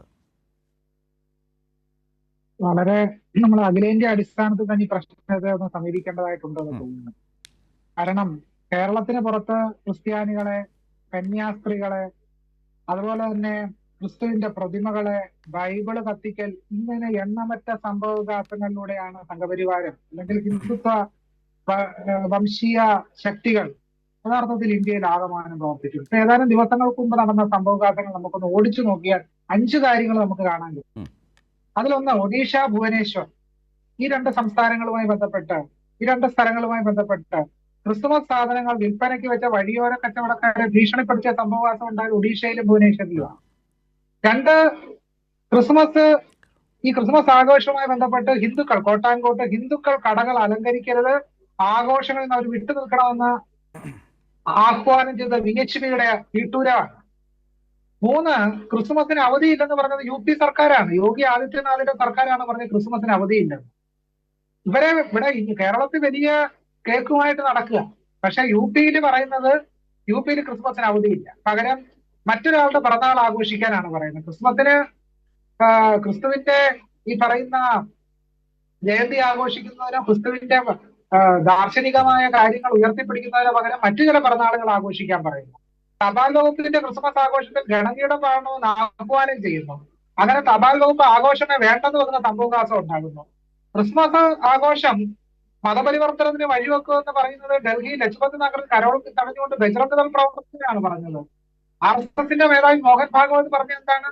അതുപോലെ ഛത്തീസ്ഗഡില് ഹരിദ്വാറിൽ നടന്നതിന് സമാനമായ രീതിയിൽ ഒരു മതപാർലമെന്റ് ഛത്തീസ്ഗഡിൽ നടന്നു.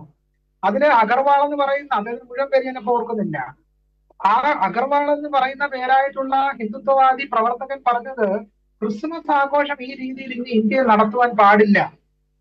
അപ്പൊ ഇങ്ങനെ അഖിലേന്ത്യാ അടിസ്ഥാനത്തിൽ തന്നെ ക്രിസ്ത്യാനികൾക്കും മുസ്ലിങ്ങൾക്കും എതിരായി, യഹൂദർക്കും എതിരായ വലിയ രീതിയിലുള്ള വംശീയ വിദ്വേഷം നടക്കുന്നുണ്ട്.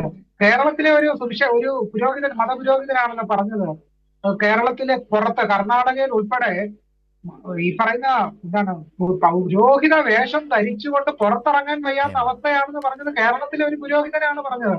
ഇനി ഏതാനും ദിവസങ്ങൾക്ക് മുമ്പ് നടന്ന ഒരു സംഭവവികാസം, ഇതിലൊന്നും സംഘപരിവാരത്തിനോ അല്ലെങ്കിൽ ഹിന്ദുത്വ ശക്തികൾക്കോ യാതൊരു പങ്കുമില്ല. ഞാൻ കൈരളിയുടെ വാർത്തയാണ് വായിക്കുന്നത്. ഗർഭിണിയുടെ വയറ്റിൽ ചവിട്ടി, നാവിൽ കമ്പി ഉപയോഗിച്ച് കുത്തി, പേരൂർ കടയിൽ ദളിത് കുടുംബത്തിന് നേരെ RSS ആക്രമണം. അപ്പൊ ഇതാരാണ് ചെയ്തത്? കൈരളിയുടെ വാർത്തയാണ് ഞാൻ വായിക്കുന്നത്. ഓൺലൈൻ വന്ന വാർത്തയാണ് വായിക്കുന്നത്. അപ്പൊ ഇങ്ങനെ എത്രയോ സംഭവവികാസങ്ങൾ. അപ്പൊ നമ്മൾ കാണേണ്ട ഏറ്റവും പ്രധാനപ്പെട്ട വിഷയം എന്ന് വെച്ചാല് ഇത് ഏതെങ്കിലും ഒരു രാഷ്ട്രീയ കക്ഷിയിലേക്ക് മാത്രം ഇതിനെ ചുരുക്കിക്കാണുന്ന ഒരു നിലപാട് തന്നെ തെറ്റാണ് എന്നുള്ളതാണ്. മറിച്ച് ജാതി വംശീയ ബോധം എന്നുള്ളത് വളരെ ആഴത്തിൽ ഇന്ത്യൻ സമൂഹത്തിൽ പതിഞ്ഞു കിടക്കുന്ന ഒരു കാര്യമാണ്. അതുകൊണ്ടാണ് ഇപ്പൊ ഈ RSSന്റെ പ്രവർത്തകരിൽ തന്നെ എന്തുകൊണ്ടാണ് മറ്റ് രാജേന്ദ്ര സിംഗ് ഒഴിച്ച് ബാക്കിയുള്ളവരെല്ലാം ബ്രാഹ്മണരും സവർണരുമായിട്ടുള്ള ആളുകളാണല്ലോ RSSന്റെ ഈ പറയുന്ന മേലധികാരികളായിട്ട് വരുന്നത്? എന്തുകൊണ്ടാണ് മറ്റിതര ജാതിക്കാർ വരാത്തത്? അപ്പൊ പറയും ഞങ്ങളുടെ പ്രധാനമന്ത്രി OBC ആണ്, രാഷ്ട്രപതി ആദിവാസിയാണ്. ഇത് ടോക്കണിസത്തിലൂടെ ഈ പറയുന്ന കാര്യങ്ങളൊക്കെ വെച്ചുകൊണ്ട് ഈ പറയുന്ന ഇന്ത്യൻ യൂണിവേഴ്സിറ്റികളിൽ, ഇന്ത്യയിലെ വ്യത്യസ്ത സ്ഥാപനങ്ങളിൽ ദളിതരുടെ ആദിവാസികളുടെ ഒക്കെ പ്രാതിനിധ്യം നോക്കിയാൽ വട്ടപൂജ്യമാണ്. മാനവവിഭവശേഷി മന്ത്രാലയം പാർലമെന്റിൽ വെച്ച കണക്ക് സൂചിപ്പിക്കുന്നത് ഇന്ത്യൻ IIT-കളിലെ 6049 അധ്യാപിക തസ്തിക ഒഴിച്ച ബാക്കി മുഴുവൻ വരേണ്യ വിഭാഗത്തിൽപ്പെട്ട ആളുകളാണ് ആ മേഖലയെല്ലാം കൈയടക്കി വെച്ചിരിക്കുന്നത്. കേന്ദ്ര സർക്കാരിന്റെ സെക്രട്ടറി തസ്തിക നമുക്ക് പരിശോധിക്കാം. ആദിവാസികളുടെ ദളിതരുടെ പ്രാതിനിധ്യം എത്രയാണ്? ദളിതരോടും ആദിവാസികളോടും ഒക്കെ വലിയ സ്നേഹം ഉണ്ടായിരുന്നെങ്കിൽ എന്തുകൊണ്ടാണ് ആ പ്രാതിനിധ്യം നികത്താത്തത്? അപ്പം ഞാൻ പറഞ്ഞു വന്ന പ്രധാനപ്പെട്ട സംഭവം എന്ന് വെച്ചാല് കേരളത്തിന് പുറത്ത് പല രീതിയിൽ ക്രിസ്ത്യാനികൾക്കും മുസ്ലിങ്ങൾക്കും എതിരെ വലിയ രീതിയിലുള്ള ആക്രമണം നടക്കുന്നുണ്ട്. ഇപ്പൊ ഭഗവത്ഗീത ക്ലാസ് നടന്നതിന്റെ പുറത്ത് റോഡില് ചിക്കൻ പപ്സ് വിറ്റെന്നും പറഞ്ഞ് ഈ 2 മുസ്ലിം വൃദ്ധന്മാരെ തല്ലിച്ചതച്ചില്ലേ? സുവേന്ദു അധികാരി എന്ന് പറഞ്ഞ ആ സംസ്ഥാനത്തെ പ്രതിപക്ഷ നേതാവ് ഈ ചിക്കൻ പപ്സ് വിറ്റ മുസ്ലിങ്ങളെ തല്ലിയ ആളുകളെ ആദരിക്കുന്ന രംഗമല്ലേ നമ്മൾ കണ്ടത്? ശൂദ്രൻ എന്ന് പറഞ്ഞാൽ മറ്റു ത്രൈവർണികരെ സേവിക്കേണ്ട ആളാന്ന് പറഞ്ഞത് അസമിലെ മുഖ്യമന്ത്രിയല്ലേ പറഞ്ഞത്? അപ്പൊ ഈ രീതിയിലാണ് നമ്മുടെ രാജ്യത്ത് സംഭവവികാസങ്ങളെല്ലാം നടന്നുകൊണ്ടിരിക്കുന്നത്. ഇനി UP ദളിത് പീഡനം എടുത്ത് പരിശോധിക്കാം. ദളിത് പീഡനത്തിൽ ഏറ്റവും മുൻപന്തിയിലാണ് UP നിൽക്കുന്നത്. ഇപ്പൊ കേരളത്തിലെ കണക്കിനെ സംബന്ധിച്ച് അദ്ദേഹം സൂചിപ്പിച്ചു. ഞാൻ ഈ പറഞ്ഞ ഈ ദളിത് പീഡനത്തിന്റെ കാര്യത്തില് ഈ പറയുന്ന സംസ്ഥാന വ്യത്യാസമൊക്കെ നമ്മൾ നിൽക്കട്ടെ. പക്ഷേ എന്തുകൊണ്ടാണ് UPയുടെ കാര്യം ഇവിടെ പരിഗണിക്കാത്ത? എന്തുകൊണ്ടാണ്? കേരളത്തിൽ ഈ പറയുന്ന കണക്കുള്ളതിന്റെ കാരണം വെച്ചാൽ വളരെ കൃത്യമായിട്ട് പരാതിപ്പെടാനുള്ള സാഹചര്യം ഉള്ളത് കാരണവും മറ്റ് പലതരത്തിൽ പരാതി കൃത്യമായിട്ട് പോലീസ് സ്റ്റേഷൻ ചെല്ലുന്നുണ്ട്. UP അത് പോലീസ് സ്റ്റേഷന്റെ പാലക്കരോട്ട് പോലും അവിടുത്തെ ദളിതർക്കോ ആദിവാസികൾക്കോ കയറാൻ കഴിയില്ല. പിന്നെ എങ്ങനെയാണ് പരാതി തരിക? അപ്പൊ ഈ രീതിയിലാണ് എന്നിട്ട് ഒന്നാം സ്ഥാനത്താണ്. നിങ്ങളെ കേരളത്തിന് കണക്ക് അതാണ് പ്രിന്റു ഇതിലെ കാര്യം. അതാണ് ഒന്ന്. ശ്രീ ഗോപൻ, ഈ ആസ്പെക്റ്റിൽ താങ്കളുടെ കൂടി അഭിപ്രായം എടുത്തുകൊണ്ട് ഞാൻ പ്രിന്റുവിലേക്ക് വരാം. കേരളത്തിൽ നമ്മൾ ഈ നാഷണൽ ക്രൈം റെക്കോർഡ്സ് ബ്യൂറോയുടെ മുമ്പിലേക്ക് ഓരോ കാര്യത്തിൽ വരുമ്പോഴും നമ്മളിതിലെല്ലാം പരാതികൾ പോകുന്നു. നമ്മുടെ പോലീസ് സ്റ്റേഷനുകൾ എഫിഷ്യൻ്റായ പരാതികൾ കേൾക്കുന്നു. അതിൽ നിന്നുണ്ടാകുന്ന പ്രശ്നങ്ങൾ പോലും അതീവ ഗൗരവമായി ചർച്ച ചെയ്യുന്ന ഒരു നാടാണ് നമ്മുടേത്. പോലീസിൻ്റെ പ്രവർത്തനം അടക്കം ഇതൊന്നുമില്ലാത്ത രാജ്യത്തെ മറ്റ് സംസ്ഥാനങ്ങളും സംവിധാനങ്ങളും ശ്രീ ശ്യാംകുമാർ പറഞ്ഞതുപോലെ. അപ്പോൾ കേരളത്തെ ഈ വിധം ബ്രാൻഡ് ചെയ്ത് BJPക്ക് ഈ കേസിൽ മുന്നോട്ട് പോകാൻ കഴിയുമോ? അത് മാത്രമാണ് ശ്രീ ഗോപൻ താങ്കളോട് നേരത്തെ പ്രിന്റു മറ്റ് ഡീറ്റെയിൽസ് കൊണ്ടിരുന്നെങ്കിൽ നമുക്ക് അതുമായി ബന്ധപ്പെട്ട് വീണ്ടും ഞാൻ താങ്കളോട് ചോദിക്കാം, അല്ലെങ്കിൽ അവസരത്തിലേക്ക് വരാം. എന്ത് പറയുന്നു ശ്രീ PK ഗോപൻ? അതിൽ 2 കാര്യമുണ്ട് ശ്രീ ശരത്ത്. അദ്ദേഹം പറഞ്ഞ കണക്കിനകത്ത് ഒന്ന്, ഈ പരമാവധി SC വിഭാഗത്തെ പീഡിപ്പിച്ച് ഇന്ത്യ രാജ്യത്തെ ക്രൈം റെക്കോർഡിൽ കേരളമാണ് മുന്നിൽ നിൽക്കുന്നതെന്ന് വരുത്താൻ BJP നടത്തിക്കൊണ്ടിരിക്കുന്ന ഒരു പരിശ്രമമുണ്ട്. അത് അദ്ദേഹം പറഞ്ഞത് അവരുടെ ഒരു അജണ്ടയാണ്. പരമാവധി കേരളത്തിൽ ഈ SC ST വിഭാഗത്തെ പീഡിപ്പിക്കുക, എന്നിട്ട് അത് കേരളത്തിൽ അക്കാര്യത്തിൽ കേരളം മുമ്പിൽ നിൽക്കുന്നു എന്ന് കണക്ക് കൊണ്ടുവരാൻ വേണ്ടി BJP നടത്തുന്ന ഒരു പരിശ്രമമുണ്ട്. അത് പ്രിന്റു ആത്മാർത്ഥമായിട്ട് പറഞ്ഞൊരു കാര്യമാണ്. രണ്ടാമത്തെ കാര്യം, വടക്കേ ഇന്ത്യയിൽ ഈ കേസുകൾ രജിസ്റ്റർ ചെയ്യാറില്ല പൊതുവെ. ഇപ്പം തന്നെ നോക്കുക, ആ ഉന്നാവോ കേസിൽ 23 വയസ്സുള്ള ദളിത് പെൺകുട്ടിയാണ് അവിടെ കുൽദീപ് സിംഗ് എന്ന് പറയുന്ന BJP നേതാവ് ഭീകരമായി അതിനെ പീഡിപ്പിച്ച് കൊലപ്പെടുത്തുകയാണ് ചെയ്തത്. ഈ പരാതി പറയാൻ ചെന്ന ഈ പെൺകുട്ടിയുടെ അച്ഛൻ പോലീസ് സ്റ്റേഷനിൽ വെച്ച് കൊല ചെയ്യപ്പെട്ടു. നമുക്കറിയാമല്ലോ അമിത്ഷായുടെ കേസ് വിധിച്ച ജസ്റ്റിസ് ലോയ കൊല്ലപ്പെട്ടത് എങ്ങനെയാണെന്നുള്ളത്. അപ്പോൾ അങ്ങനെ വളരെ ഭീകരമായിട്ടാണ് അവരിത് കൈകാര്യം ചെയ്തത്. കേരളത്തിൽ അദ്ദേഹം പറഞ്ഞ ഇതെല്ലാം ഉണ്ടെങ്കിലും കേരളത്തിൽ അദ്ദേഹം പറഞ്ഞ കണക്കും തെറ്റാണ്. കാരണം കേരളത്തിൽ SCയും ST പെട്ട ആരും ആക്രമിക്കപ്പെടുന്നില്ല. മറ്റുള്ള പലരും ആക്രമിക്കപ്പെടുന്ന പോലെ SC ST വിഭാഗത്തിൽപ്പെട്ടവരും ആക്രമിക്കപ്പെടുന്നുണ്ട് എന്നുള്ളത് വസ്തുതയാണ്. കാരണം ലോകത്തെല്ലായിടും പൂർണ്ണമായും ക്രൈം ഇല്ലാതായിട്ടില്ല. പക്ഷേ അങ്ങനൊരു സംഭവം കേരളത്തിൽ ഉണ്ടായിക്കഴിഞ്ഞാൽ അതെങ്ങനെയാണ് പോലീസ് കൈകാര്യം ചെയ്യുന്നത് എന്നുള്ളതാണ്. ഒന്ന്, കേരളത്തിലെ മാധ്യമങ്ങൾ അക്കാര്യത്തിൽ വിജിലൻ്റാണ്. 2, വിജിലൻ്റ് ആണെന്ന് പറയുമ്പോൾ തന്നെ അതിനകത്ത് മാധ്യമങ്ങൾക്ക് നല്ല പൊളിറ്റിക്സ് ഉണ്ട്. ഉദാഹരണത്തിന് മലയാള മനോരമ വായിച്ചാൽ നിങ്ങൾക്കറിയാൻ പറ്റുമോ, പാലത്തായി കേസ് BJP നേതാവിനെ 40 വർഷം ശിക്ഷിച്ചെന്ന് മനോരമയുടെ ഫ്രണ്ട് പേജിലെ വാർത്ത വായിച്ചാൽ നിങ്ങൾക്ക് മനസ്സിലാവില്ല. CPM-കാരന് എവിടെങ്കിലും വെട്ടേറ്റ് കഴിഞ്ഞാൽ, ആരെങ്കിലും വെട്ടിക്കഴിഞ്ഞാൽ മലയാള മനോരമ പറയുമോ CPM-കാരനെ കോൺഗ്രസ് വെട്ടി അല്ലെങ്കിൽ RSS വെട്ടി എന്ന് പറയില്ല. പകരം CPM-കാരന് വെട്ടേറ്റു എന്ന് പറയുള്ളൂ. അവിടെ കർത്താവും കർമ്മവും ഇല്ല. അങ്ങനെ ചില മാധ്യമ പ്രവർത്തനം ഉണ്ടെങ്കിൽ പോലും വസ്തുത എന്ന് പറഞ്ഞാൽ കേരളത്തിൽ മാധ്യമങ്ങൾ പൊതുവെ വിജിലൻ്റ് ആണ്. അപ്പോൾ ഇത് ഈ കണക്കിന്റെ അദ്ദേഹം പറയാൻ വന്നത് ശ്രീ ഗോപൻ ഈ കേസിൽ ഈ വാളയാറിലെ ഈ കേസിൽ അത് ആ നിലയിൽ മാധ്യമങ്ങൾക്ക് അവകാശപ്പെടാൻ കഴിയുമോ? കാരണം ഇതിനകത്തെ സംഘ്പരിവാർ ബന്ധം വന്ന ഘട്ടത്തിൽ തന്നെ അതുമായി ബന്ധപ്പെട്ട വിവരങ്ങൾ വന്നിട്ടും മാധ്യമങ്ങൾ ആ ജാഗ്രതയോടെ അതിനെ കണ്ടോ? അത്തരമൊരു വിമർശനം ഈ നാട്ടിലുണ്ടല്ലോ. അതെ, ഞാൻ പറഞ്ഞത് നോക്കൂ, ഇപ്പോഴത്തെ ഉദാഹരണം നോക്കൂ, വളരെ കറക്റ്റായിട്ടുള്ളത്. സോണിയാഗാന്ധിയുടെ കയ്യിലേക്ക് സമ്മാനം വെച്ച് കൊടുത്ത് കഴിഞ്ഞപ്പോൾ കുറച്ച് തണുത്തില്ലേ ശബരിമല കേസ്? അതിനകത്ത് ഗോവർദ്ധൻ സോണിയാഗാന്ധിയുടെ അരികിൽ നിൽക്കുന്നത് വന്നപ്പോഴത്തേക്കിന് മാറിയില്ലേ? അല്ലെങ്കിൽ അടൂർ പ്രകാശ് ആൻ്റണിയും കൊണ്ട് ഇവരെ ചെന്നപ്പോഴത്തേക്കിന് സംഗതി വഷളായി വരികയല്ലേ? അതുപോലെ സോണിയാഗാന്ധിയുടെ സഹോദരിക്ക് വിദേശത്ത് ഈ ആൻറ്റിക്കുകൾ വിൽക്കുന്ന കടയുണ്ടെന്ന് പോലും ഒരു പാണന്മാരുടെ ഒരു പാട്ട് വടക്കൻ കേരളത്തിൽ നിന്ന് മുഴങ്ങുന്നുണ്ടല്ലോ. വടക്കൻ വീരഗാഥയെ പറയുന്ന പോലെ ഇങ്ങനെ പാണന്മാർ പലതും പാടി നടക്കുന്നുണ്ടെന്ന് പറയുന്നത് പോലെ അങ്ങനെ ഒരു പാട്ടും നമ്മൾ കേൾക്കുന്നുണ്ടല്ലോ. മാധ്യമങ്ങളുടെ മനോരമ ഉൾപ്പെടെയുള്ള മാധ്യമങ്ങളുടെ സ്ഥിതി എന്താ? ഈ പാലത്തായി കേസിൽ അന്നും CPM-ന്റെ നേതൃത്വത്തെ ആ മണ്ഡലത്തെ പ്രതികരിക്കുന്ന ശൈല ടീച്ചറെ പ്രതിയാക്കാനും ആക്ഷേപിക്കാനും നടത്തിയ പരിശ്രമം ഉണ്ടല്ലോ. ഈ മാധ്യമ ലോകം എന്ന് പറഞ്ഞാൽ ഇടതുപക്ഷ വിരുദ്ധമായിട്ടുള്ളതിൻ്റെ ഒരു സംവിധാനത്തിൽ നിന്ന് പ്രവർത്തിക്കുകയാണ്. ചാനൽ ചർച്ചകൾ എടുത്ത് പരിശോധിച്ചാൽ അതല്ലേ എത്രമാത്രം, ഞാനിപ്പോൾ കഴിഞ്ഞ 2 ദിവസമായിട്ട് ഇവരോട് പറഞ്ഞുകൊണ്ടിരിക്കുന്നതാ, എത്രമാത്രം വലതുപക്ഷക്കാരെ ഇരുത്തിയാലും അവർക്ക് തൃപ്തിയാവുന്നില്ല. CPM-ന്റെ ഒരാളെ വിളിച്ചിരുത്തിയിട്ട് 6-7 പേരെ വിളിച്ചിരുത്തി ചർച്ച ചെയ്തിട്ടും അവർക്ക് തൃപ്തിയാവുന്നില്ല. അപ്പോൾ ഇവിടെ RSS-നെ പേരെടുത്ത് പറയാനും കോൺഗ്രസ് ആണ് പ്രതിയെങ്കിൽ അത് പറഞ്ഞ് സ്ഥാപിക്കാനും ഇവർക്ക് കഴിയാതെ വരുന്ന സാഹചര്യം മാധ്യമങ്ങൾക്കുണ്ട്. അത് ശരി, ശരത്ത് ചോദിച്ച ചോദ്യം ശരിയാണ്. പക്ഷേ ഇവിടെ ഇദ്ദേഹം പറയുന്നതിനകത്ത് വരുന്നൊരു പ്രശ്നം എന്ന് പറഞ്ഞു കഴിഞ്ഞാൽ ഇതൊന്നും ഞങ്ങൾക്ക് ഇതുമായിട്ട് ബന്ധമില്ല. ഞാൻ പറഞ്ഞ 4-5 കേസുകൾ പറഞ്ഞു. ഏതെങ്കിലും കാര്യത്തിൽ അദ്ദേഹത്തിന് അത് നിഷേധിക്കാൻ പറ്റുമോ? ഈ 3-4 സംഭവങ്ങളിൽ അദ്ദേഹത്തിന് നിഷേധിക്കാൻ പറ്റുമോ? ഇപ്പോൾ അദ്ദേഹം എത്ര ദിവസം പിടിച്ചു നിൽക്കും ഇതിനകത്ത്? ഈ കരോൾ സംഘത്തെ ആക്രമിച്ചതിനെ കുറിച്ച് അദ്ദേഹത്തിന് വല്ലതും പറയാൻ പറ്റുന്ന കാര്യമാണോ? അതുപോലെ രാംനാരായണനെ കൊന്ന കേസിൽ എത്ര ദിവസം അവർ പിടിച്ചു നിൽക്കും? BJP അല്ലെന്ന്. BJP-യുടെ രാഷ്ട്രീയമാണ് അവിടെ പ്രചരിപ്പിക്കാൻ പരിശ്രമിച്ചത്. റൈറ്റ്, ഞാൻ വരാൻ താങ്കളിലേക്ക്. മുമ്പ് പറഞ്ഞതിൽ പ്രിന്റിന് കൂട്ടിച്ചേർക്കാനുള്ളതാകാം. 1, 2, ഇതേ പാലക്കാട്ട് തന്നെയാണ് പ്രിന്റ്. ഒരു നിമിഷം, കരോൾ സംഘത്തെ 12-13 വയസ്സുള്ള കുട്ടികളടങ്ങിയ കരോൾ സംഘത്തെ ഏറ്റവും ഹീനമായി ആക്രമിക്കുക. എന്നിട്ട് അവർ, നിങ്ങളുടെ തന്നെ വളരെ പ്രധാനപ്പെട്ട നേതാവാണല്ലോ പാലക്കാട്ടെ കൃഷ്ണകുമാർ, പറഞ്ഞത് എന്താണ്? കള്ളുകുടിച്ച് കരോൾ എന്ന് പറയുക. അവസാനം മാധ്യമപ്രവർത്തകർ നിരന്തരമായി അതേക്കുറിച്ച് ചോദിച്ചപ്പോൾ അതിൽ നിന്ന് തടിതപ്പാൻ ശ്രമിക്കുക. ഇത് നിങ്ങൾ യഥാർത്ഥത്തിൽ കേരളത്തിൽ കാട്ടിക്കൊടുക്കുകയാണ്. നിങ്ങൾ ഈ കേരളത്തിൻ്റെ ഒരു പൊതുമണ്ഡലത്തിൽ ഒരു അധികാര സ്ഥാനങ്ങളിലേക്ക് വന്നാൽ ഞങ്ങൾ എങ്ങനെയാവും? ഈ ക്രിസ്മസ് ഞങ്ങൾക്കിഷ്ടമല്ല, ആഘോഷം ഞങ്ങൾക്കിഷ്ടമല്ല, കരോള് ഞങ്ങൾക്കിഷ്ടമല്ല. അതുപോലെ തന്നെ കാണുന്നവനെ സംശയം തോന്നിയാൽ അയാൾ ബംഗ്ലാദേശ് മുസ്ലിമാണോ എന്ന ചിന്തയുമായി കറങ്ങി നടക്കുക. അത്തരം ആൾക്കൂട്ട ആക്രമണങ്ങൾ നടത്തുന്ന സംഘ്പരിവാറിൻ്റെ ഉത്തരേന്ത്യൻ പതിപ്പുകൾ നടപ്പാക്കാൻ ശ്രമിക്കുക. ഇതാണ് കേരളത്തിൽ സംഘ്പരിവാർ എന്ന് നിങ്ങൾ തന്നെ സമ്മതിക്കുകയാണിപ്പോൾ. മുമ്പ് പറഞ്ഞതടക്കം താങ്കളുടെ മറുപടി. അതല്ല സർ, അല്ല, ഞാൻ അങ്ങ് പറഞ്ഞ കുറേ കാര്യങ്ങൾ പറഞ്ഞില്ല. എന്നെ പറയാൻ അങ്ങ് ഇടപെടരുത്. ഞാൻ പറഞ്ഞ നാഷണൽ ക്രൈം റിപ്പോർട്ട്, ആഭ്യന്തര മന്ത്രാലയത്തിന് കീഴിലുള്ള നാഷണൽ ക്രൈം റെക്കോർഡ്സ് ബ്യൂറോ, അദ്ദേഹം നേരത്തെ നമ്മുടെ CPM പ്രതിനിധി പറഞ്ഞു ഇവിടെ കേസ് എടുക്കുന്നത് കൊണ്ടാണ് എന്ന് അദ്ദേഹം ഒരു ന്യായീകരണം നടത്തി.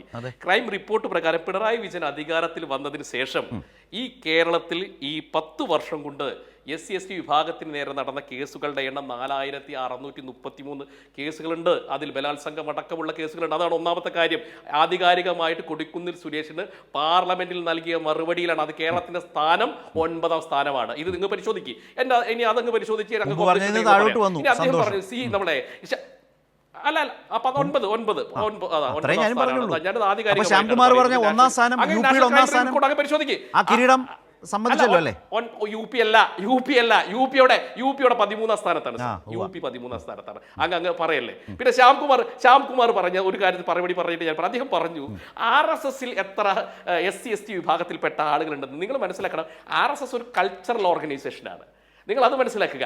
നിങ്ങൾ അല്ല, ബി ജെ പിയിൽ എത്ര അല്ല, എസ് സി വിഭാഗത്തിൽപ്പെട്ട അല്ല, അതെ, ലീഡർഷിപ്പിനെ കുറിച്ചാണ് മനസ്സിലാക്കുന്നത്. ലീഡർഷിപ്പിനെ കുറിച്ച് നിങ്ങൾ ആർ എസ് എസിനെ പറയല്ലേ, നിങ്ങൾ സി പി എമ്മുമായിട്ട് ശ്യാംകുമാർ സാർ, നിങ്ങൾ ബുദ്ധിപൂർവ്വം എന്റെ ചോദ്യം ചോദ്യമല്ല. അല്ലല്ല, എന്റെ ചോദ്യം വളച്ചൊടിച്ചു. എന്റെ ഒന്നുകൂടി. ചോദ്യം വളച്ചൊടിച്ചു. എന്റെ ഒന്നുകൂടി. ചോദ്യം ലീഡർഷിപ്പിൽ. എന്റെ അല്ല, ചോദ്യം നിങ്ങൾ വളരെ വ്യക്തമാണ്. ആനുപാതികമായിട്ട് ഇനി പ്രാതിനിധ്യം തന്നെ കണക്കാക്കിയാൽ ഞാൻ പറയുന്നു, സി പി എം എന്ന് പറയുന്ന പ്രസ്ഥാനത്തിനുള്ള 100 ഇരട്ടി പ്രിന്റു അതല്ല ചോദ്യം. പ്രിന്റു അതല്ല ചോദ്യം. അദ്ദേഹം അതിന്റെ നേതൃസ്ഥാനത്തിരിക്കുന്നവരിൽ ഒരു പേര് അദ്ദേഹം പരാമർശിക്കുകയും ചെയ്തു. ഞാനും കേട്ടിരുന്നതാണല്ലോ, ഒരാൾ ഒഴികെ ബാക്കി എല്ലാവരും എന്നാണ് അദ്ദേഹം പറഞ്ഞത്. അല്ലേ ശ്രീ ശ്യാംകുമാർ? ചെയ്തത് ആർ എസ് എസ് എന്നൊരു നിങ്ങളല്ല ശ്യാംകുമാർ സാർ, ഞാൻ ചോദിക്കട്ടെ, നിങ്ങൾ വേണ്ടിടത്ത് വേണ്ടത് ആർ എസ് എസിന്റെ സർസംഘചാലക് ആർ എസ് എസ് അത് നിങ്ങൾ നോക്കേണ്ട കാര്യമില്ലെന്നേ. നിങ്ങൾ നോക്കേണ്ടത് ലീഡർഷിപ്പ് പ്രധാനമല്ലേ?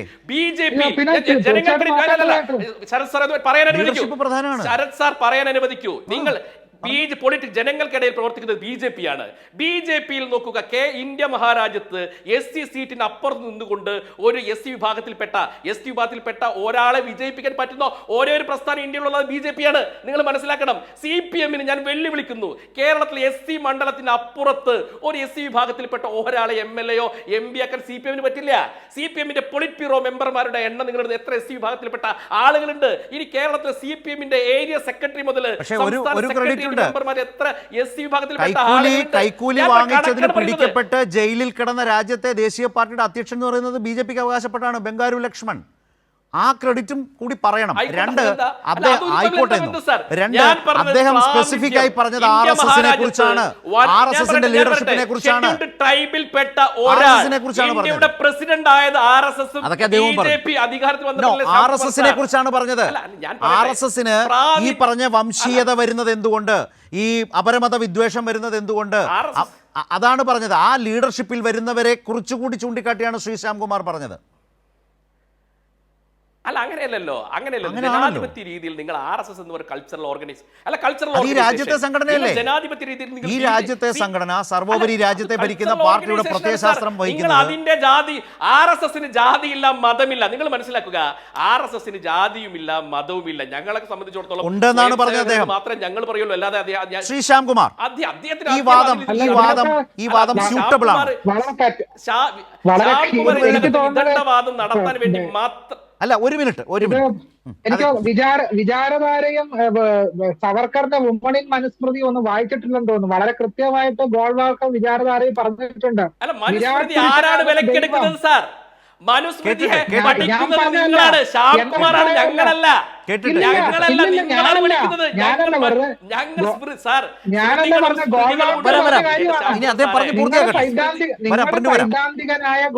നിങ്ങളുടെ സൈദ്ധാന്തികനായ എം എസ് ഗോൾവാൾക്കർ അദ്ദേഹം എഴുതിയ വിചാരധാര ബെഞ്ച് ഓഫ് തോട്ട്സിലാണ് പറഞ്ഞത്. വിരാട് പുരുഷനാകുന്ന ചാതുർവർണ്ണയമാണ് ഞങ്ങളുടെ ദൈവം.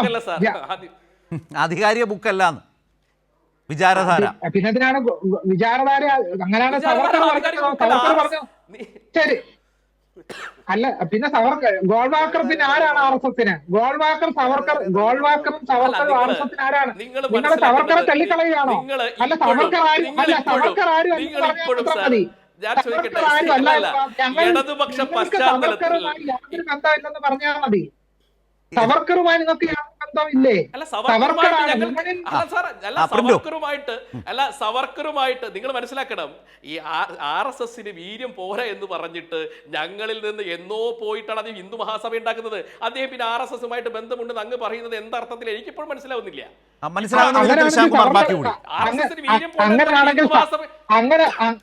അങ്ങനെയാണെങ്കിൽ എന്തിനാണ് സവർക്കർക്ക് വേണ്ടി നിങ്ങൾ പുരസ്കാരം ഏർപ്പെടുത്തുന്നത്? സവർക്കറുടെ പേരില് പ്രതിമകൾ സ്ഥാപിക്കുന്നു. സവർക്കർ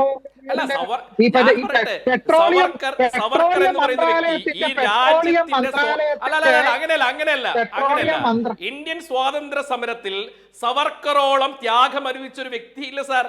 ഞാൻ പറഞ്ഞത്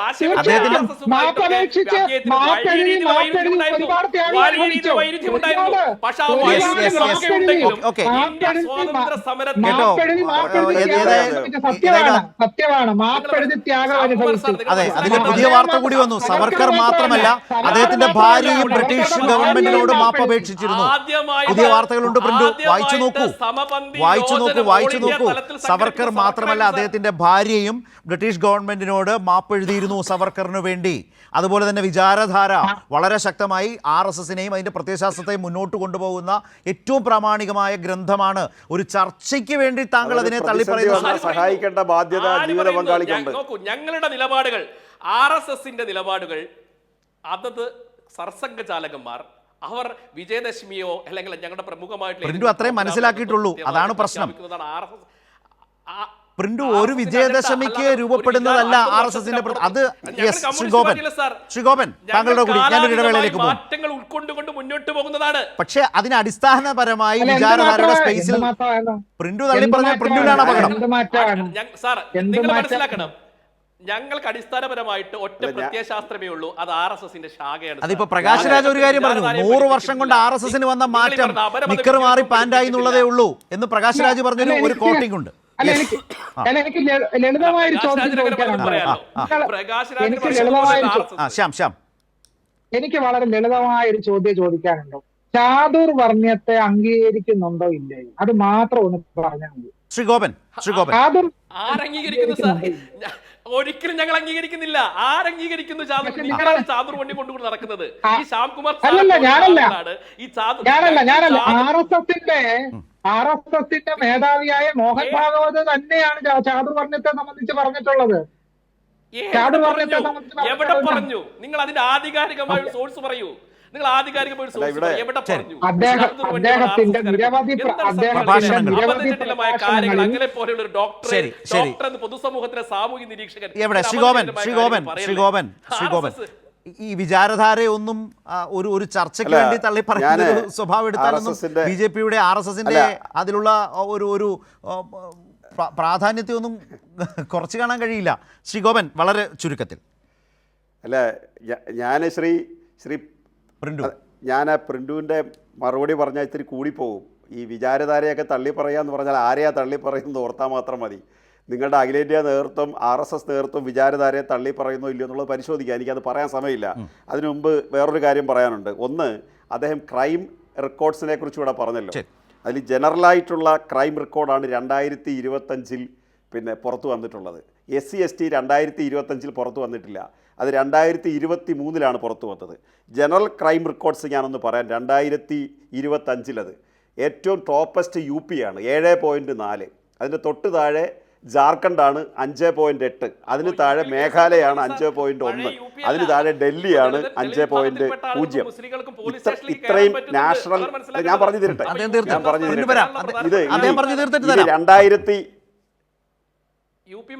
ഇത് ഞാനൊന്ന് പറയട്ടെ പ്രിന്റു ബഹളം ഉണ്ടാക്കാതെ. 2023 SC/ST ഇതിനകത്ത് ആദ്യത്തെ 10 കേരളം ഇല്ല. ഒന്നാമത്തെ സ്ഥാനം നിങ്ങളത് സെർച്ച് ചെയ്ത് നോക്കിയാൽ മതി. Based on the total number of cases registered the top States R ദാണ്ട് പറയുന്നു. UP 15,130. അതുപോലെ രാജസ്ഥാൻ 8,449. ഏറ്റവും അവസാനം തമിഴ്നാട് 1,761. ഈ 10 സ്റ്റേറ്റിൽ കേരളമില്ല പ്രിന്റു മഹാദേവ്. അതായത് നാഷണൽ ക്രൈം നിങ്ങളുടെ നാഷണൽ ക്രൈം റെക്കോർഡ്സ് ബ്യൂറോ പുറത്തുവിട്ട കണക്കനുസരിച്ചുള്ള കാര്യമാണ് ഞാൻ പറയുന്നത്. അതിനകത്ത് ആദ്യത്തെ 10 കേരളമില്ല എന്നുള്ള പെർസെന്റേജ് സർ, പെർസെന്റേജ് ആണ് 7.4. ഇത് നമ്പർ അല്ല, പെർസെന്റേജ്. ആദ്യത്തെ 10 എണ്ണത്തിനകത്ത് കേരളമില്ല. ശരി, മനസ്സിലായില്ലേ? നിങ്ങൾ ഭരിക്കുന്ന UP ആണ് അക്കാര്യത്തിൽ ഒന്നാമത് നിൽക്കുന്നത്. പെർസെന്റേജ് ആണ്. ശരി, ശ്രീ ശ്യാംകുമാർ, ഇപ്പോൾ ഉത്തരാഖണ്ഡിൽ ഈ സ്കൂളുകളിൽ ഭഗവത്ഗീത പാരായണം നിർബന്ധമാക്കി. ഞാനത് പറയാൻ കാര്യം, കേരളത്തിലിപ്പോൾ തദ്ദേശ തെരഞ്ഞെടുപ്പൊക്കെ കഴിഞ്ഞ് വന്ന ഒരു സമയമാണല്ലോ. അപ്പോൾ സംഘപരിവാറിനെ അധികാരമേൽപ്പിച്ചാൽ എന്താകും എന്ന ഒരു ആകാംക്ഷയിലും ചോദ്യത്തിലും പല സാഹചര്യങ്ങൾ നമ്മുടെ മുമ്പിലൂടെ കടന്നുപോയി. ഇപ്പോൾ കോർപ്പറേഷൻ ഹാളിൽ ഗണഗീതം ആലപിക്കുക, അതുപോലെ തന്നെ സത്യപ്രതിജ്ഞയ്ക്ക് വിളിക്കുമ്പോൾ തങ്ങൾക്ക് ഇഷ്ടപ്പെട്ട ദൈവങ്ങളുടെ പേരിൽ സത്യപ്രതിജ്ഞ ചെയ്യുന്ന അവസ്ഥ, അത് വലിയ നിയമപ്രശ്നം തന്നെയാണ്. ഉമേഷ് ചള്ളിയിൽ കേസൊക്കെ മുമ്പ് ഉണ്ടായിട്ടുള്ളതാണ്, സുപ്രീം കോടതി വരെ കയറിയിട്ടുള്ളതാണ്. അതിൻ്റെ ഗതിയും വിധിയും എന്താണെന്ന് നമുക്കറിയാം. അതുപോലെ തന്നെ സംസ്കൃതത്തിൽ തിരുവനന്തപുരത്ത് സത്യപ്രതിജ്ഞ ചെയ്തൊരു സംഭവം ഉണ്ടായി. ഒരു BJP ആയി ജയിച്ചു വന്നയാൾ. അതേക്കുറിച്ച് അതിലൊരു തെറ്റില്ല, പക്ഷേ അതിൽ എന്തോ ചില അപാകതകൾ താങ്കൾ പറയുന്നതും കേൾക്കുകയുണ്ടായി. ഒന്ന് ചുരുക്കി. അതായത് ഈ സത്യപ്രതിജ്ഞ എനിക്ക് തോന്നുന്ന ഒരു കാര്യം വെച്ചാല് സംസ്കൃതത്തിൽ തന്നെയാണോ വായിച്ചത് എന്ന് എനിക്ക് സംശയമുണ്ട്. കാരണം വിനിയുജ്യ എന്നൊരു പദമുണ്ട്. ഞാനതിന്റെ മുഴുവൻ സംസ്കൃത വ്യാകരണ പ്രശ്നത്തിലേക്കൊന്നും കടക്കുന്നില്ല. വിനിയുജ്യ എന്ന് വായിക്കുന്നതിന് പകരം വിനിയുജ്യ എന്നുള്ള ഒറ്റ വാക്ക ആ വിനിയുജ്യ എന്നുള്ള ഒറ്റ വാക്ക് പറയുന്നതിന് പകരം വി നിയുജ്യ എന്നാണ് സംസ്കൃതത്തിൽ പ്രതിജ്ഞ എടുത്ത ആള് വായിച്ചത്. അപ്പൊ എന്ന് വെച്ചാല് സംസ്കൃതം അറിയാമെന്ന് ചോദിച്ചാല് സംസ്കൃതം അത്രമാത്രം അറിയാവോന്ന് സംശയാസ്പദമായ കാര്യം. ഞാൻ ഇത്തരം സംസ്കൃത വായനക്കാരെ വിളിക്കുന്നത് ഇഡലി സംസ്കൃതം എന്ന്. എന്നാൽ സംസ്കൃതം വേണ്ടത്ര അഗാധമായിട്ട് സംസ്കൃത സംഭാഷണത്തെ സംബന്ധിച്ചും അറിയില്ല, മറ്റു കാര്യങ്ങളെ സംബന്ധിച്ചും അറിയില്ല. ആരോ മലയാളത്തിൽ എഴുതി കൊടുക്കുന്ന സംസ്കൃതം വായിക്കുന്നു എന്ന നിലയ്ക്കാണ് ഞാൻ ഇത്തരം കാര്യങ്ങളെ നോക്കിക്കാണുന്നത്. കാരണം വിനിയുജ്യ എന്ന് പറയുന്ന ഒരു വാക്ക്, ഒറ്റ വാക്ക് പോലും ആ രീതിയിൽ ഉച്ചരിക്കാൻ കഴിയുന്നില്ലെങ്കിൽ സംസ്കൃതത്തിലെടുത്ത ആ സത്യപ്രതിജ്ഞ തന്നെ സംസ്കൃതത്തോട് നീതി പുലർത്തുന്നതല്ലെന്നുള്ളതാണ് പ്രധാനപ്പെട്ട സംഗതി. ഇപ്പം ഇവിടെ ചോദിച്ച മറ്റൊരു സംഭവഗാഥയിലൂടെ കൂടെ വരേണ്ടതായിട്ടുണ്ട്. അതിലൊന്ന് ഈ ഭഗവത്ഗീത പാരായണം. ചാതുർവർണ്ണ്യത്തെ അംഗീകരിക്കുന്നില്ല, ഞങ്ങൾ എതിർക്കുന്നു എന്ന് പറയുന്ന ആളുകൾ തന്നെയാണ് ഭഗവത്ഗീത ഉയർത്തിപ്പിടിക്കുന്നത്. എനിക്കിവിടെ ഈ പറയുന്ന ഹിന്ദുത്വവാദികളോട് ചോദിക്കാനാണ്, നിങ്ങൾ ഭഗവത്ഗീത അംഗീകരിക്കുന്നുണ്ടോ എന്നുള്ളതാണ് ചോദ്യം. ഭഗവത്ഗീതയിൽ ഏറ്റവും പ്രസക്തമായ വാചകം ഏതാണ്? ചാതുർവർണ്ണ്യം മയാ സൃഷ്ടം ഗുണകർമ്മ വിഭാഗശ എന്നുള്ളതാണ്. ഭഗവാൻ കൃഷ്ണൻ പറയുന്ന വാക്കുകളാണ്. അപ്പൊ ഈ ഭഗവത്ഗീതയിലാണ് ചാതുർവർണ്ണ്യം മയാ സൃഷ്ടം ഗുണകർമ്മ വിഭാഗശ എന്ന് പറഞ്ഞിരിക്കുന്നത്. ഇവിടെ പ്രിന്റ് പറഞ്ഞ കാര്യം വെച്ചാൽ ഞങ്ങൾ ചാതുർവർണ്ണത്തെ അംഗീകരിക്കുന്നില്ലെന്ന്. അതിന്റെ അർത്ഥം ഞങ്ങൾ ഭഗവത്ഗീത അംഗീകരിക്കുന്നില്ലെന്നല്ലേ അർത്ഥം? ഭഗവത്ഗീത തള്ളി പറയുന്നു എന്നല്ല അതിന്റെ അർത്ഥം. അപ്പൊ ചാതുർവർണ്ണ്യത്തെയും ഭഗവത്ഗീതയെയും അംഗീകരിക്കുന്ന ഒരു പ്രത്യയശാസ്ത്രമാണ് യഥാർത്ഥത്തിൽ ബ്രാഹ്മണിസ്റ്റുകളുടെ രാഷ്ട്രീയം എന്ന് ആർക്കാണ് ഇന്ത്യ മഹാരാജ്യത്ത് അറിഞ്ഞുകൂടാത്തത്? ഈ രാഷ്ട്രീയമാണല്ലോ ഇന്ത്യയിൽ നിരന്തരം ഭരിച്ചുകൊണ്ടിരിക്കുന്നത്. ഈ രാഷ്ട്രീയമാണല്ലോ ദളിതരെയും ആദിവാസികളെയും പിന്നോക്കക്കാരെയും അടിച്ചമർത്തിക്കൊണ്ടിരിക്കുന്നത്. ഈ രാഷ്ട്രീയത്തെ സംബന്ധിച്ച് കേരളത്തിൽ ചിന്തിക്കുന്ന എല്ലാ മനുഷ്യർക്കും നന്നായിട്ട് അറിയാമെന്നേ. ഇവിടെ അതാണ് എനിക്ക് ചുരുക്കി. ശരി പ്രിന്റു, ഇത് പറയുമ്പോൾ ഇപ്പോൾ പാലക്കാട്ട് തന്നെ പുതുശ്ശേരി ആലാമരം ബസ് സ്റ്റോപ്പിന് സമീപം മുനീശ്വരൻ ക്ഷേത്രത്തിന് മുമ്പിൽ വെച്ച് അതിഥി തൊഴിലാളിയെ RSS BJP പ്രവർത്തകൻ മർദ്ദിക്കുന്ന ദൃശ്യങ്ങളും ഈ വാളയാർ സംഭവത്തിൻ്റെ തുടർച്ചയിൽ പുറത്തു വന്നിട്ടുണ്ടെന്നേ. അല്ല, ഞാൻ പറഞ്ഞല്ലോ, അതുമായി ബന്ധപ്പെട്ട് ഒരു RSSൻ്റെയോ BJPയുടെയോ ചുമതലപ്പെട്ട ഒരാൾക്കും ഒരു ബന്ധമില്ല എന്നുള്ള കാര്യം ഞാൻ തുടക്കത്തിലേ പറഞ്ഞു. ഞാൻ പറഞ്ഞത് കേരളത്തിലെ ഒരു പൊതു മനസ്ഥിതിയുടെ ഒരു പ്രശ്നമുണ്ട്. ആ മനസ്ഥിതി രൂപപ്പെടാനുള്ള പ്രധാനപ്പെട്ട കാര്യം ഇവിടുത്തെ ആഭ്യന്തര മന്ത്രാലയം, മധുവിൻ്റെ കേസിനായിക്കോട്ടെ, നേരത്തെ പറഞ്ഞ രാജേഷ് മാഞ്ചിയുടെ കേസിനായിക്കോട്ടെ, ഉണ്ടായിട്ടുള്ള നിഷ്ക്രിയമായിട്ടുള്ള മനോഭാവം കൊണ്ടാണ് ഇത്തരത്തിലുള്ള സംഭവങ്ങൾ കേരളത്തിൽ നടക്കുന്നത്. ഉത്തരേന്ത്യയിൽ ഉണ്ടായിരുന്നു സാർ, ഇല്ല എന്നൊന്നും ഞങ്ങൾ പറയുന്നില്ല. ലാലുവിൻ്റെ ജംഗിൾ രാജ് നടക്കുമ്പോഴും മുലാഹിൻ്റെ ജംഗിൾ രാജ് നടക്കുമ്പോൾ UP-യിലും ബീഹാറിലും ഉണ്ടായിരുന്നു. അവിടെ അത് തുടച്ചു നീക്കിയപ്പോൾ ഇപ്പൊ കേരളത്തിൽ നടപ്പിലാക്കുന്നത് പിണറായി വിജയൻ സർക്കാരാണ്. പിന്നെ നേരത്തെ അദ്ദേഹം പറഞ്ഞു ഇവിടെ പഠിപ്പിക്കുന്നത് എന്താണ്, അല്ല യോഗിയുടെ അദ്ദേഹം പറഞ്ഞില്ല കേസുകൾ രജിസ്റ്റർ ചെയ്തിട്ട് യോഗിയിലൊന്നും നടക്കില്ല സാർ. ഇത്തരത്തിലുള്ള ആൾക്കൂട്ട ആളുകളൊന്നും ഈ പറയുന്ന പോലെ സ്വൈര വിഹാരത്തോടു കൂടി നടക്കുന്ന സാഹചര്യമല്ല. UP മാറി സാർ. യോഗിയെ പോലെ ഒരു മുഖ്യമന്ത്രി സംസ്ഥാനങ്ങളിൽ വരാനാണ്. നിങ്ങൾ UP നോക്കൂ, UP-യുടെ ചരിത്രത്തിൽ തന്നെ കലാപങ്ങളില്ലാത്ത. അദ്ദേഹം പറഞ്ഞല്ലോ ഭഗവത്ഗീത ഞാൻ ചോദിക്കട്ടെ, ഭഗവത്ഗീത ജനിച്ച മണ്ണിൽ ഭഗവത്ഗീത അല്ല പഠിപ്പിക്കേണ്ടത് സാർ. സംസ്കൃതം ജനിച്ച മണ്ണിൽ സംസ്കൃതം പഠിപ്പിക്കുന്നത് എന്താണ് പ്രശ്നം? നമുക്ക് ആദരണീയനായിട്ടുള്ള നമ്മുടെ EK നായനാർ അദ്ദേഹം വത്തിക്കാനിൽ പോപ്പിനെ പോയപ്പോൾ കാണാൻ പോയ സമയത്ത് കൊടുത്തത് ഭഗവത്ഗീതയായിരുന്നു സാർ. നിങ്ങളൊന്ന് പരിശോധിച്ച് നോക്ക്. അതുകൊണ്ട് ഗീത ജനിച്ച മണ്ണിൽ ഗീത പഠിപ്പിക്കും. ഗീതയിലെ ചാതുർവർണ്ണ്യം നിങ്ങൾ അംഗീകരിക്കുന്നുണ്ടോ എന്നാണ് ചോദ്യം. അല്ല സാർ, ഈ നിങ്ങൾ ഈ പറയുന്ന പോലെ ജാതിയുടെ അടിസ്ഥാനത്തിലല്ല ഈ ചാതുർവർണ്ണ്യ ഭഗവത്ഗീതയിലെ ചാതുർവർണ്ണ്യത്തെ കുറിച്ച് കർമ്മത്തിനനുസരിച്ചാണ്. സിമ്പിൾ ആണ്. അല്ല സാർ, ഞാൻ പറയാം. ഇപ്പൊ ശരത് സാർ, ഞാൻ പറയാൻ അനുവദിക്കും. ഇപ്പൊ ശരത് സാർ അദ്ദേഹത്തിന്റെ ജാതിയോ മതമൊന്നും എനിക്ക് ഇതല്ല. കൃഷ്ണൻ പറഞ്ഞത് പ്രകാരമാണെങ്കിൽ അദ്ദേഹം ബ്രാഹ്മണനാ. അങ്ങ് കൃഷ്ണൻ പറഞ്ഞത് പ്രകാരം അങ്ങ് ബ്രാഹ്മണനാണ്. ഇപ്പൊ നേരത്തെ ഡോക്ടർ എന്നറിയില്ല, കൃഷ്ണൻ പറഞ്ഞ അദ്ദേഹം ബ്രാഹ്മണനാണ്. അതാണ് കൃഷ്ണൻ പറഞ്ഞത്.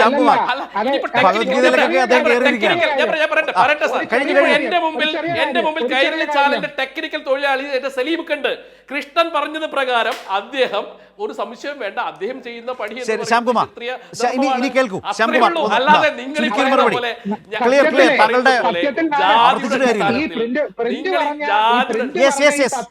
പ്രിന്റ് പറഞ്ഞ ഈ തത്വം നാരായണഗുരു അംഗീകരിച്ചിരുന്നില്ല. നാരായണഗുരു പറഞ്ഞത് ഗുണകർമ്മങ്ങളിൽ സ്ഥായിയായി ഒന്നുമില്ലല്ലോ, അതുകൊണ്ട് വർണ്ണം എങ്ങനെ നിശ്ചയിക്കാം? ന ബ്രാഹ്മണാതിരസ്യൈവം എന്നാണ് ഗുരു പറഞ്ഞത്. അതായത്